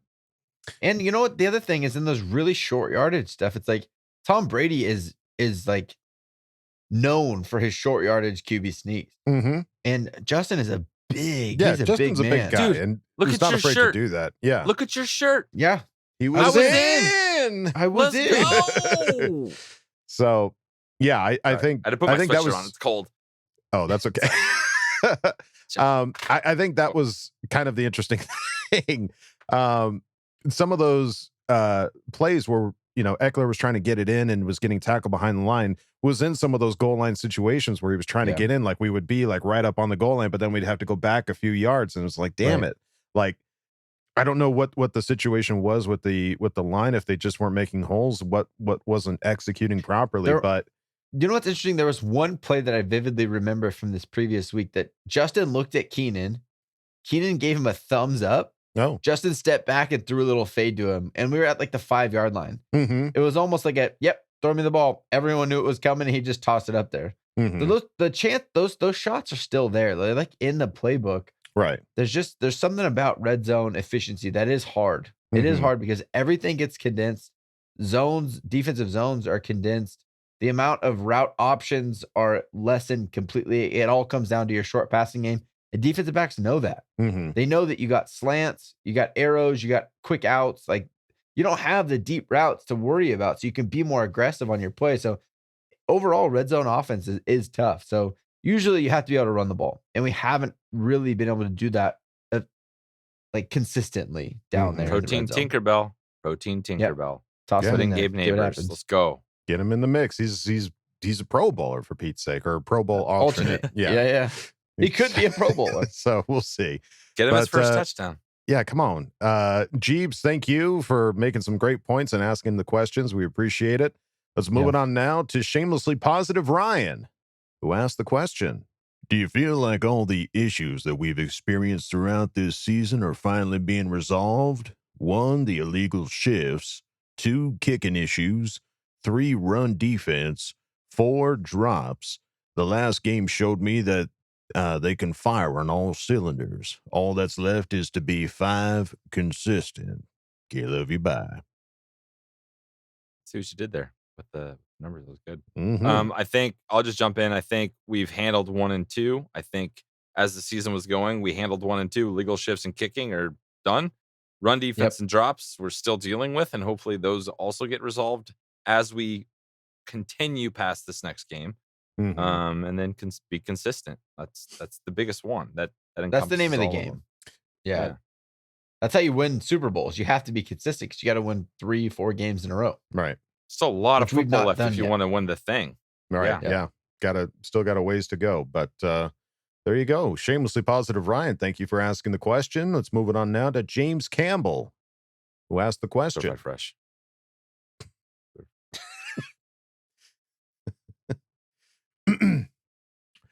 Hi, dudes.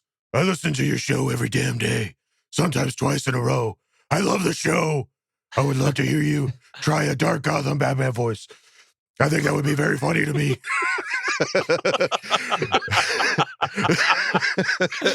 Thanks for the show, guys. Keep up the good work. My question is, why does Brandon Staley look like Michael Keaton? Keep that Batman mask on, motherfucker. And the Raiders and the Chiefs and the Raiders. I hate them all with equal enthusiasm. I don't know why. That would be very funny to me. That would be very funny to me. I would find that very humorous. I would laugh. Oh shit. I think it's interesting. I've never really made the comparison of Brandon Staley that looks a bit like Michael Keaton. Kind of does look like I think it's in Keaton. that stare. It's in that intense stare when he's just staring you down. Like, especially, did you guys see that rain pic when they were practicing out in the rain and Staley is just standing there kind of doing that look with the coach's You picked up some eyes. Keaton? I think he picked up a little bit of Keaton there, especially in that picture. Who do you guys hate the most? Raiders, Chiefs, or Broncos? Or Raiders? Raiders, Chiefs, and Raiders. You got to get them in there twice. Who do you guys hate the most? I think currently I hate the Chiefs more. Really? Yeah. I hate the Raiders so much. Yeah, I mean, I so think much. I have a longevity, longer I hate tenured the Raiders. history. Yeah, my tenure of hating one of these teams is longer with the Raiders because going to games as a kid and experiencing Raider fans, like their fans you'll never suck. You'll never so shake bad. that. You'll never shake it. Their fan base they're the sucks. worst. You never want their ownership sucks. Their team sucks. Their coaches suck. They're just not good. The players are They're not good questionable. people. Yeah, I They think suck. for me, it's currently the Chiefs. I think longevity wise, it's the Raiders, but I think the Chiefs, especially after this last game where you had Chiefs fans doing the chop with Parham down on the field, and you had Mahomes running to the sideline and taunting the Chargers. That was not a good look. Raiders do that shit too.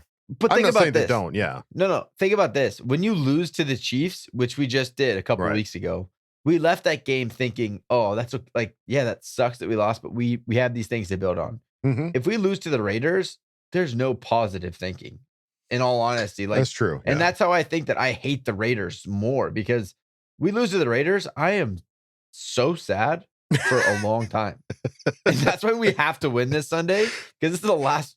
If we don't pull out this dub, You just stated the stakes right now, Kyle. You threw down the stakes of what I didn't think about the real losing. Think about having to sit on a loss to the Raiders for I don't want 8 it. months. I told you I'm going to be bolted up the rest of the week, my friend. I can't think so about hard. Yeah, I can't be thinking about. But think about how great it's going to be the team that ends their season at the same time. It's going to be beautiful. Yeah, that's the one thing that we didn't talk about. Like our win this last week took the Broncos out of contention, took the Browns and the Dolphins out of contention. Dolphins. Yeah, so our win just screwed it up for a whole bunch of other teams, and now we're going to screw it up for one more goddamn team, and that's going to happen this Sunday night.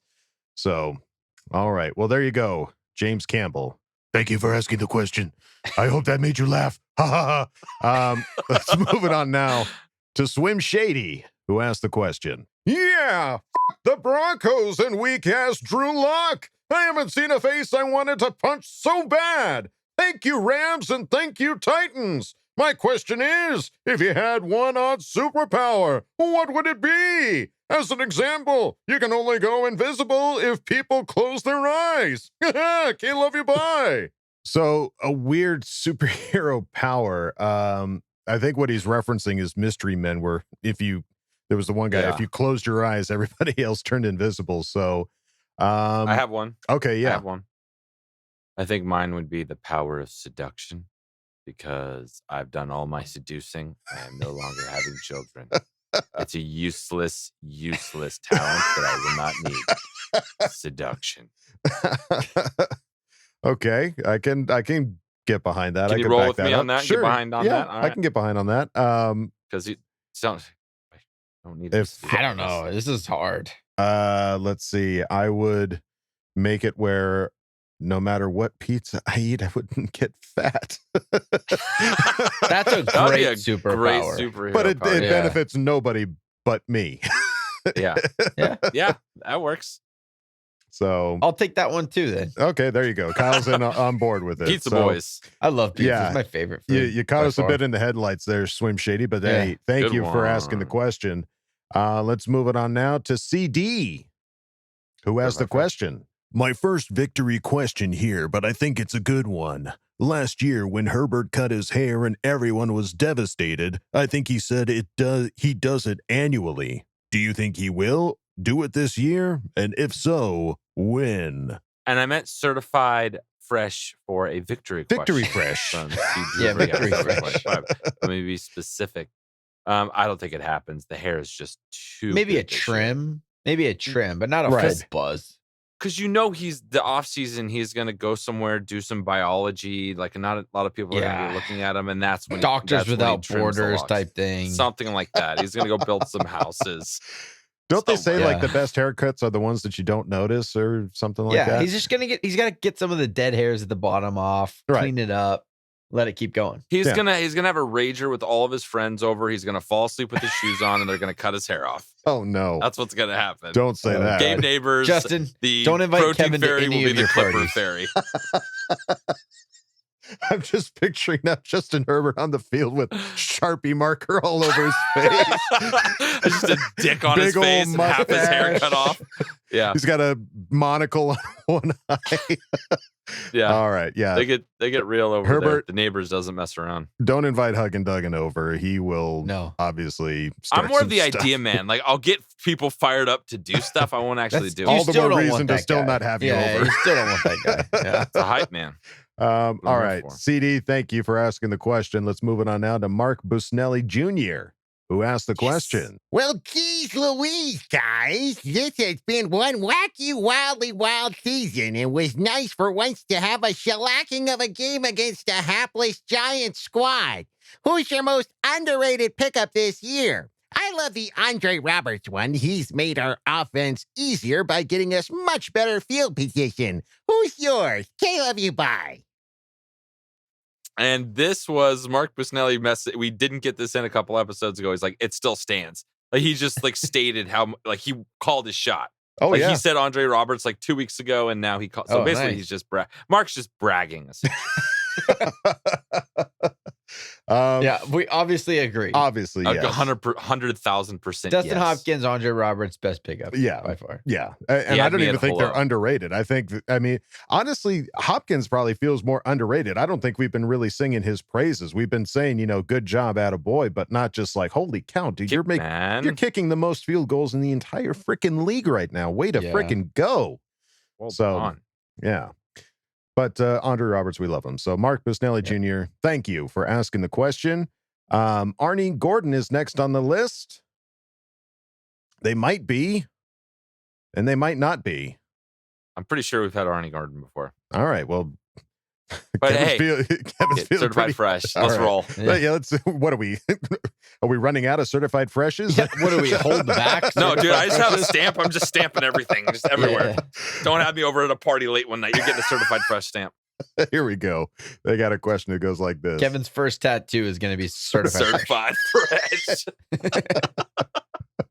Now that we've seen how a head coach can play a role in developing players, what is your opinion of Pipkins, Questenberry, and Schofield now? Oh boy. Yeah, I I think feel pretty bad about my points that I made a few weeks ago because I missed the boat yet I again. think more than just these guys, I think it leads to my opinion of our coaching staff that they can take guys that underperform and get them to a level where they're able to contribute. Mm-hmm. So I think it says more about our coaching staff than it does these guys. Like, yeah, like if I had to say the things that I said about Pipkins to his face now, that would be a very uncomfortable situation. Awkward. It would be like Yeah. that, So- first of all. Right. Yeah. And then, so yeah. I'm sorry, Trey. I'm glad you got coached up by good coaches, and now you're a good NFL football player. So, yeah, I think if more than anything, it just gets me excited about our coaching staff and them getting our guys ready. Mm-hmm. I'm going to actively try and get Trey Pipkins on an interview in the offseason just so I can apologize to him. I know, right? and then I'll interview him. There Like you I go. literally apologize to him. Yeah. All right. Well, there you go, Arnie Gordon. Thank you for asking the question. Let's move it on now to Chris B. Nay. who asked the question. With how good Andre Roberts is in space, should we work more on getting him some nice catch and run routes on drag or something that's an easier catch than a 50-yard bomb? Hey.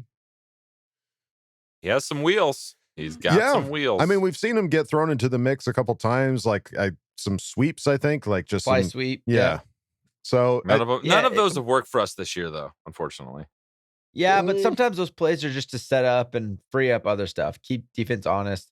I don't see Andre Roberts taking over Mike Williams, Keenan Allen, or Jalen Guyton's spot, or Josh Palmer. So it's like, yeah, he's a great specialist at what he does, and I think it's okay for that to be okay, and that's it.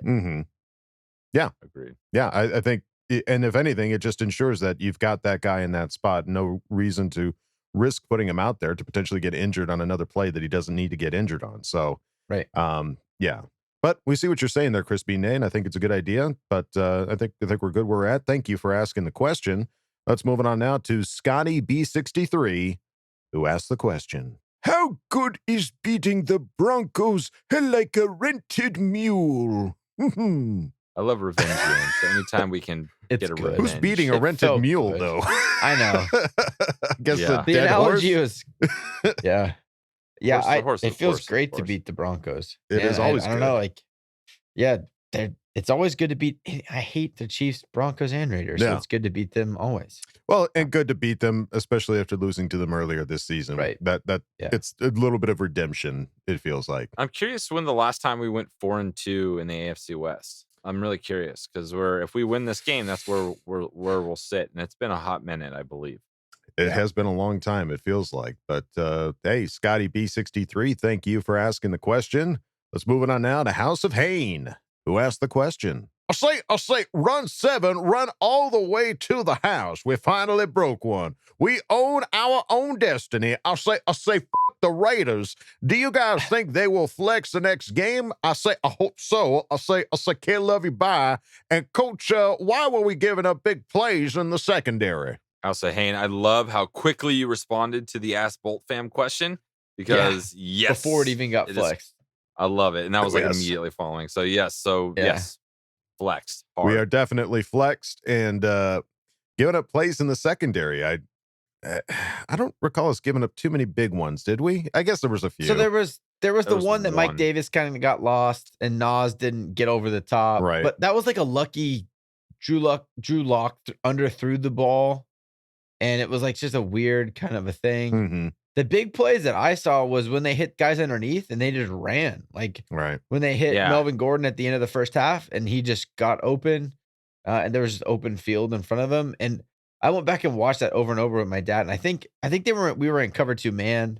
Amon Ogbongbemiga was our linebacker at that time. He saw Melvin went out to his side and then cut straight under the formation. He didn't run with it. So that was his man that he didn't account for. Gotcha. And then Noah Fant one time caught a little hitch in the sideline and then ran for like 40. So those were the big plays to me that were like, Jesus, like how can we? I watched that one again too, and it was like Mike Davis. He pulled up. He did not make an effort to tackle him. That was the weirdest one for me that I was thinking about. Yeah. So those were the big plays that I remember. And that was they caught the ball in front of you. You got to go make the tackle. It shouldn't be big plays. There you go. The Michael Davis, he got lost on two passes, but nothing. There was no big play touchdowns. No big play changing momentum shifters. So I thought they did a good enough job for sure. Okay. Well, there you go, House of Hain. Thank you for asking the question. Let's move it on now to 13 D Marcos, who asked the question.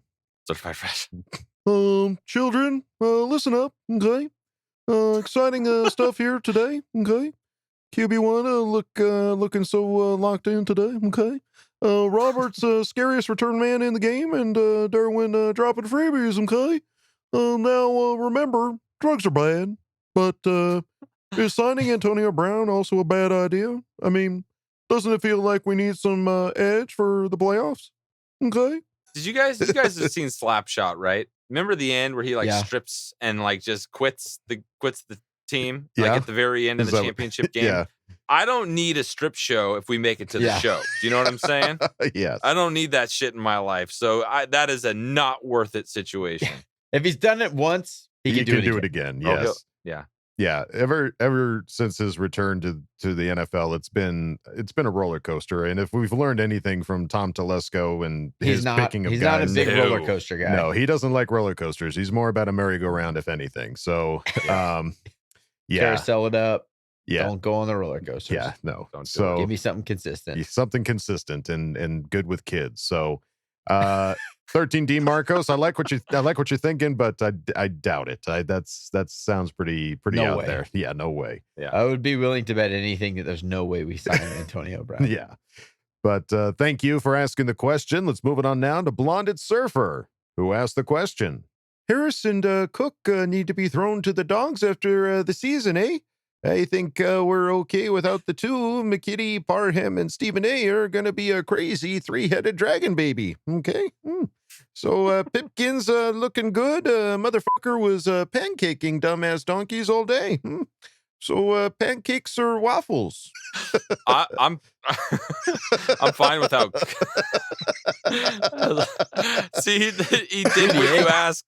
He did what you asked last episode. He snuck in a question, the perfect question. I love it. He did. It's a hot button very issue. funny. Very very debatable. Yes. I'm fine getting rid of Cook. I don't. He was on a 1 year deal. He was always a 1 year guy. He was always.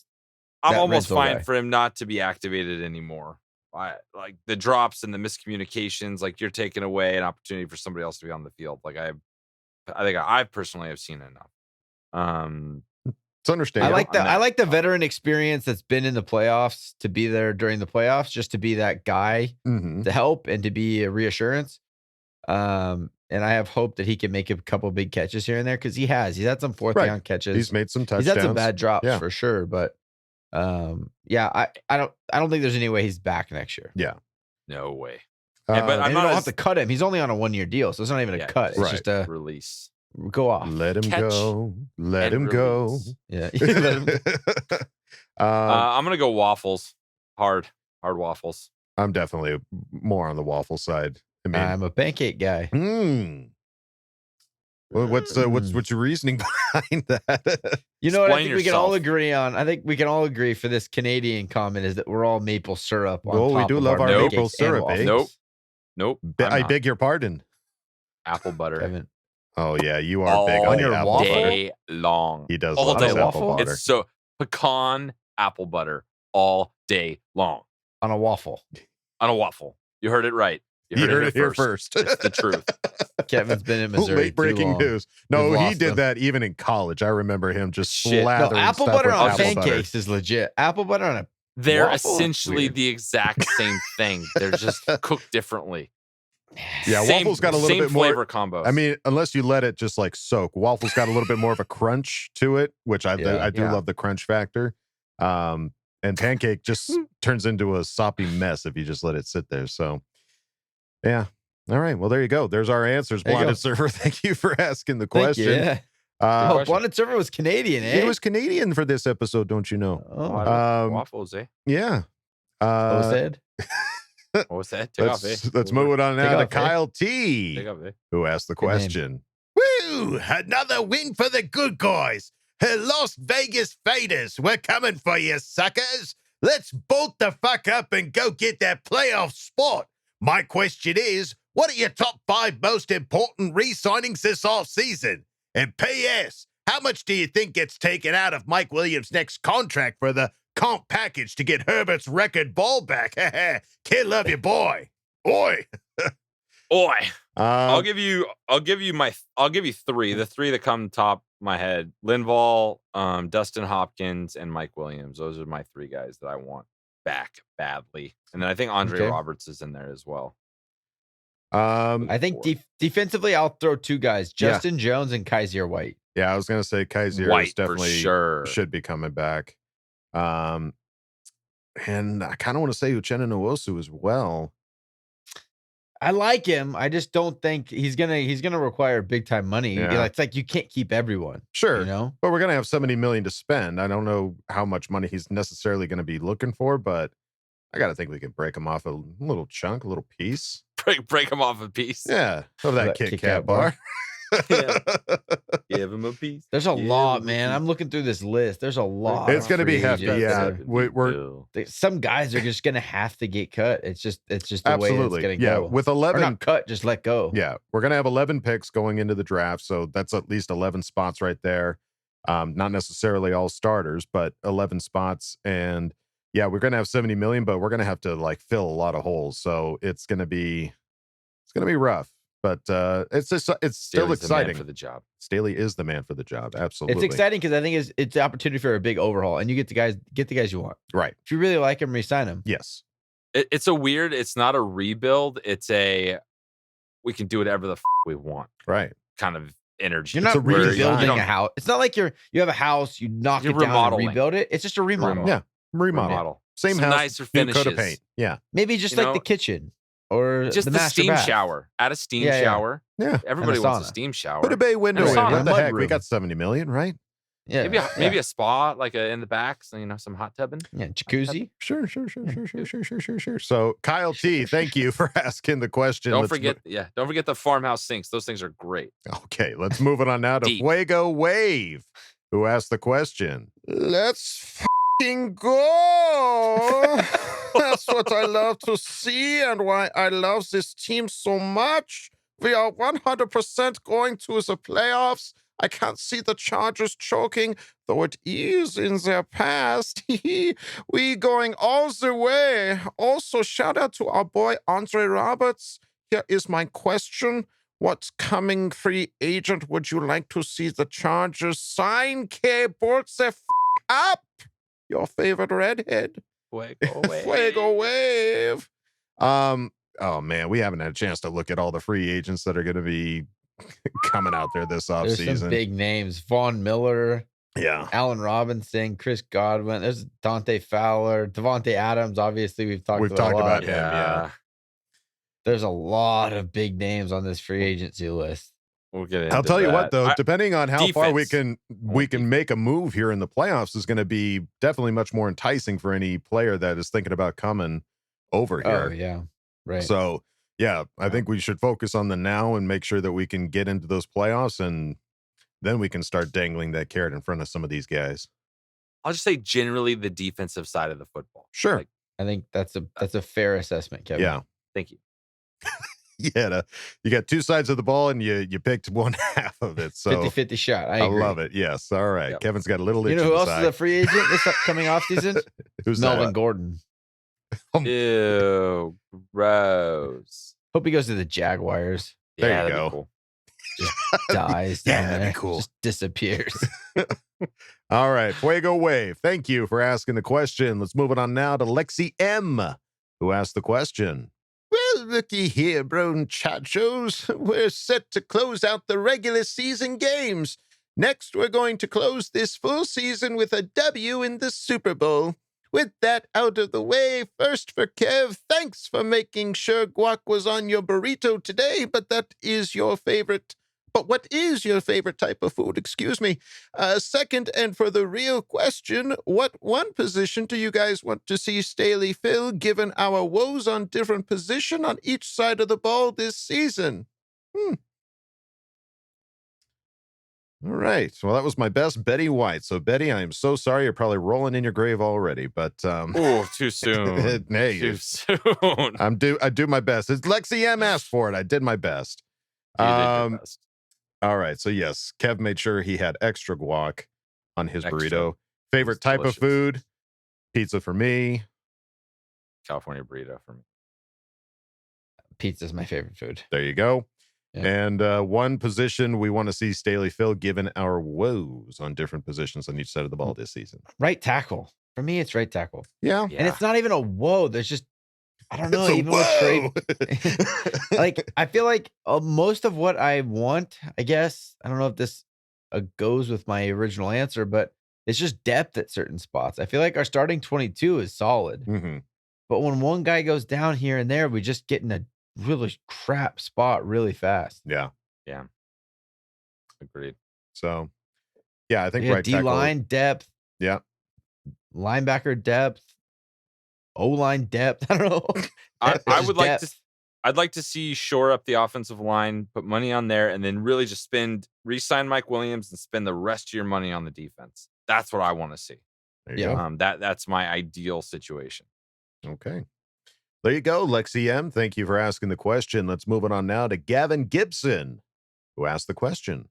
The playoffs are firmly in our hands, guys. Our Chargers played the Broncos out of the park, baby. I have a question for Coach. You have a team in the NFL that will guarantee you a starting job as a coach, an amazing wage and entry into the NFL, baby. That team is the Raiders. Do you take the opportunity to get into the NFL and set yourself and your family up for life? Or do you stick it to your bolted heart and tell them to stick it where it's the scumbag Raiders?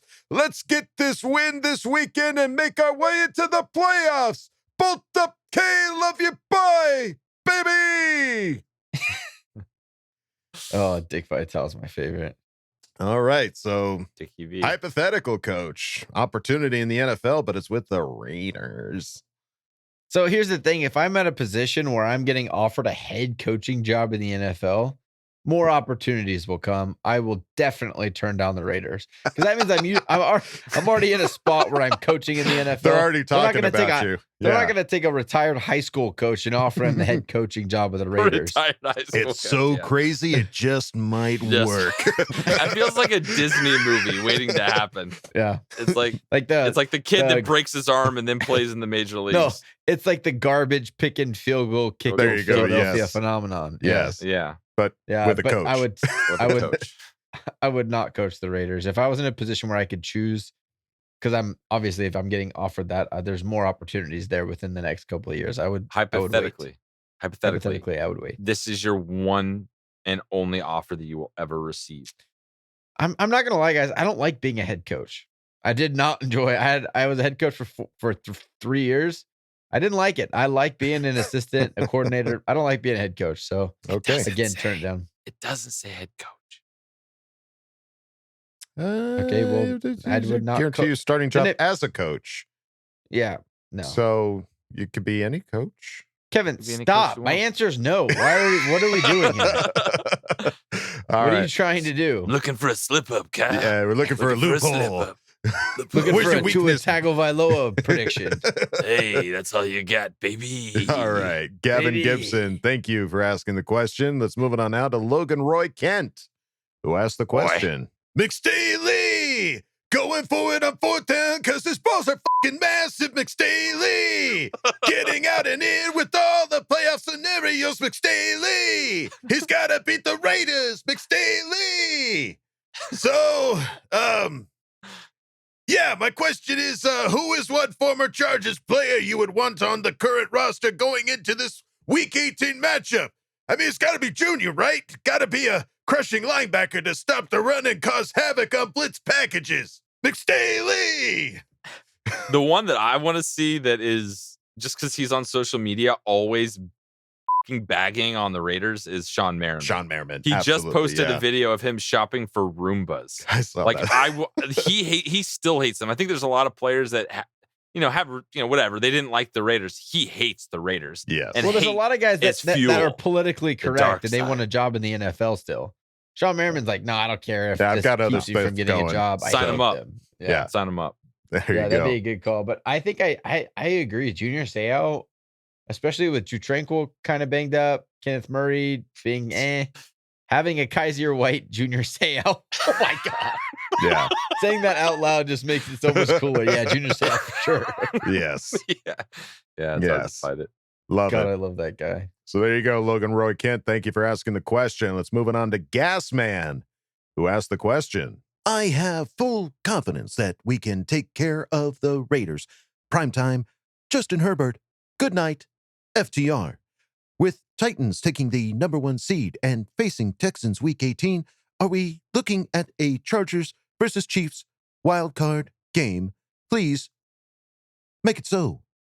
K, love you, bye. Yeah. Yeah. We're going to knock out the Raiders and then knock out the Chiefs in back-to-back weeks. I'm not looking too far ahead, but I wanted to see what the temperature was here in Missouri for next Sunday, and it's pretty mild. Ooh, I like it. Just saying. Keep it mild. Keep it mild. So, good mild. Gas Man, thank you for asking the question. Let's move it on now to Senora Snappy, who asked the question. Oh my God, you guys. The important question totally have not been asked. With so many amazing plays this game, who are you all going to marry until next week? Totally kill it until Saturday night and totally fuck until Sunday morning. Okay, love you. Bye. Oh, no. Wow. It's an FMK question. It's an FMK and it's really open-ended. So I think. Yeah, we don't. Go ahead. It sounded like you had something in the chamber there. My wife, Justin Herbert. My wife. There you go. Yes. Raider fans. My wife. I like. Oh, there you go. Wait, what are you doing? Wait. You're marrying your wife? No. Justin Herbert and killing the Raiders? I guess the first two could be interchanged if you wanted to, but I was going to stick with the obvious one for my wife, marry Justin Herbert. Interchanged and then you wanted kill to. Raider fans. Wow. Okay. These questions are just, we're putting this out on the internet for everyone to have in perpetuity. And these are questions. Hi, Mom and Dad. Hi, Mom and Dad. All right. Well, yeah. Dig into your pocket of FMK is what you got there, Coach. Me first. My wife, the Raider fans. Yeah. There you Good go. answer. Yeah. Okay. What about you? Let's see. I'll marry Justin Herbert. No, you won't. It doesn't have to be a man. It's really open-ended.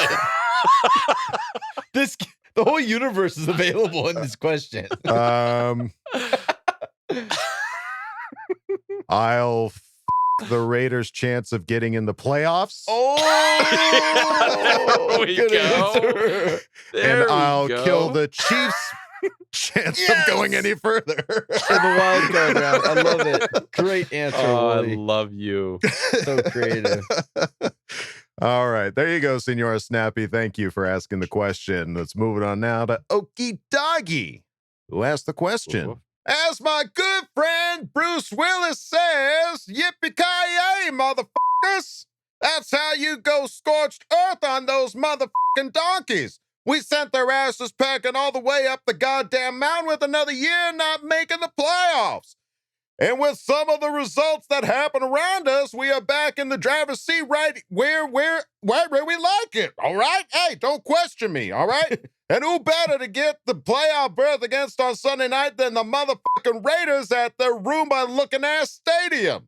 This reminds me of the time in 2008 when we went on a late run to set up the final game against Denver, and we beat the living soul out of Jay Cutler after we got screwed earlier that year with the Hachuli rule. If we get the dub, the Titans win, and the Jaguars don't fuck everything by beating the Colts, we would get our long-awaited rematch with the red-ass Kermit-sounding motherfuckers in Arrowhead. Before I ask my questions now, can I get a round of applause to motherfucking Trey Pipkins for stepping up for both sides when we needed him the most? Yes, let him hear you in the back. Andre Roberts, Dustin Hopkins for being saviors for our team on special team, and Nasir Adderley for laying the motherfucking wood on that fourth down play. All right, that's enough. Let's move forward. My first question, what are you motherfuckers gonna eat for Sunday night? And my second question, if the donkeys are dumb and fire Vic Fangio, should or would you want the team to target him as a defensive coordinator for next year? Now let's go get this motherfucking win from those motherfucking Raiders in their motherfucking home. Oh, wow. Oh, boy. Okie Doggy always brings the heat. He brings the Okie Doggy, you know what we're eating on Sunday night. You already know there's power in the burrito. Power. It is. The power of the burrito. And then bringing Vic Fangio as a I defensive hadn't coordinator. thought of that, but That that would be cool. Awesome. They're would be like such, Luke- they're such a good defense. That's like Luke Skywalker hiring Yoda to be his defensive coordinator. There you go. What a great analogy. would be I couldn't have put it pretty any cool. better myself. That would be dope. Love it. Yeah, I think if we've talked about it before, where like Vic Fangio or Kyle talking about like coaches that are willing to like listen and to contribute and not have like an ego about it. So I don't know if Vic Fangio's that guy, but if he's a team player, it could be interesting. That would be wild. Cool. So that would be wild. So there you go. Okie doggy. Thank you for asking the question. And we go out of Ask Boltfam with one of our old favorites, Bobby Calderon, who asked the question. Can you guys go around the horn and inspire the squad with your best pregame speech? Really fire up all the pod listeners with this one as we head into battle this Sunday. As I've said all year, Super Bowl run incoming. Bolt up and K love you, bye. All right, guys, time to hype these listeners up. What do we got? It's hard. Do it. So I had to look at the outline, so I had something prepared for this. Oh, here we go. Yes. I'm not a coach. I have never been. Kyle can just pull this shit out of his ass and wing it and go win championships. So I live in the movie world. So I'm going a version of a movie pump up speech. You ready? Let's hear it. Yes. This hasn't been the prettiest season, but you know what? It ain't about how hard you hit. It's about how hard you can get hit and keep moving forward. Yeah. How much you can take and keep moving forward. That's how winning is done. Both the up. Well, That was great. That was great. What did we pull that from? That's Rocky Balboa. Yeah. Okay. Yeah. You'd think that would be in like a locker room. No, he was talking to his kid on the side of a road somewhere. I love it. Was it. a great scene. That's good. That's good. That was good. This is ahead, Coach, really what you hard to do. For me, it was always like halftime or pump up speeches were so in the moment and emotional. Right. It's kind of hard to just manifest that right now. Sure. Yeah. So Adam, you go. I was going to say, I mean, you look back at the season, you look back at all of what we've done. Yes, there's been ups and downs, but the one thing that has been consistent is you've always had Justin Herbert. You've always had playmakers like Keenan Allen and Mike Williams. This team has always had the tools, the guys to get it done. And we are now in the position where we just have to win out. It is win now every single game. There is no lose and we'll get them next week. Right now it is win out. They know it. We know it. And we're going into Sunday night and we're going to kick their fucking teeth in.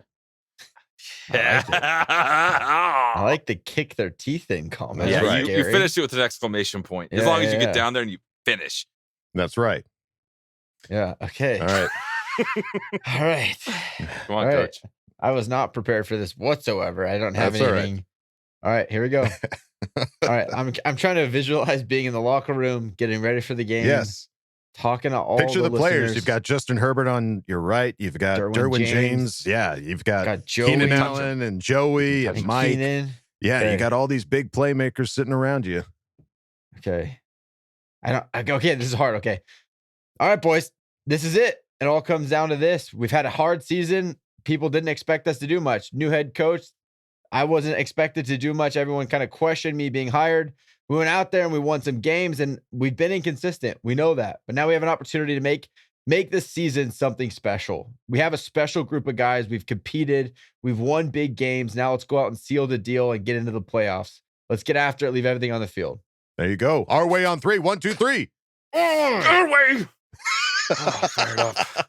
That's fucking awesome, Coach. There That's you why go. you're the coach of this podcast. That's right. Well, there you go, Bobby Calderon. Thank you for the question, and thank you also, everybody. question. Also, Great my question. my pregame speeches and halftime speeches had a lot more vulgar words than what I just gave.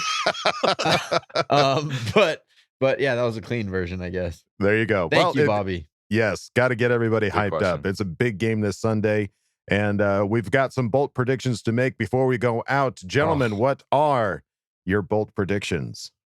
Kev, go. Hit us. 34-17 Chargers win. Feel like fourth quarter we'll be just hanging back, enjoying the rest of that game. I think I'm going to go Herbert goes over 380 yards passing, gets to Love it. $5,000. Love it. $5,000 on the season, 3 tutties. Let's there you go. All right, Wool Dog, what do you got? I'm going to say 37-13, and I think Derwin James gets a pick 6. Oh, all right. Eat it up. He said he tweeted out he's going to have better hands this week. He better. Okay, I'm going to go 30-23. So I have a little bit closer than you guys, 30-23. Sure. And my bold prediction is there's more Charger fans at that Roomba Bowl than there are Raider fans. I like it a lot. Wool Dog likey. Wool Dog want wingy. I like it. All right. Okay, gang. Well, that is it for this monstrous episode. Thank you again to everybody that reached out on Ask Boltfam, and we love you guys so much, and we'll see you guys on our Friday episode. But until then, don't forget to bolt up, because we're ready for any squad, any place. Okay, love you, bye. Okay, love you, bye. Okay, love you, bye. And now, a word from our sponsors. You've had a long day. You're tired. You need some rest. But you can't get to sleep. Where do you turn to? Turn to Drew Lock Sleep Aid. Drew Lock Sleep Aid is the only organic herbal supplement that helps you fall asleep fast. So make sure you get a good night's rest and you're ready for the next day with Drew Lock Sleep Aid. Warning, Sleep Aid does not work if you're bolted up or if your name is Joey Bosa, ineffective for those currently on the Chargers roster.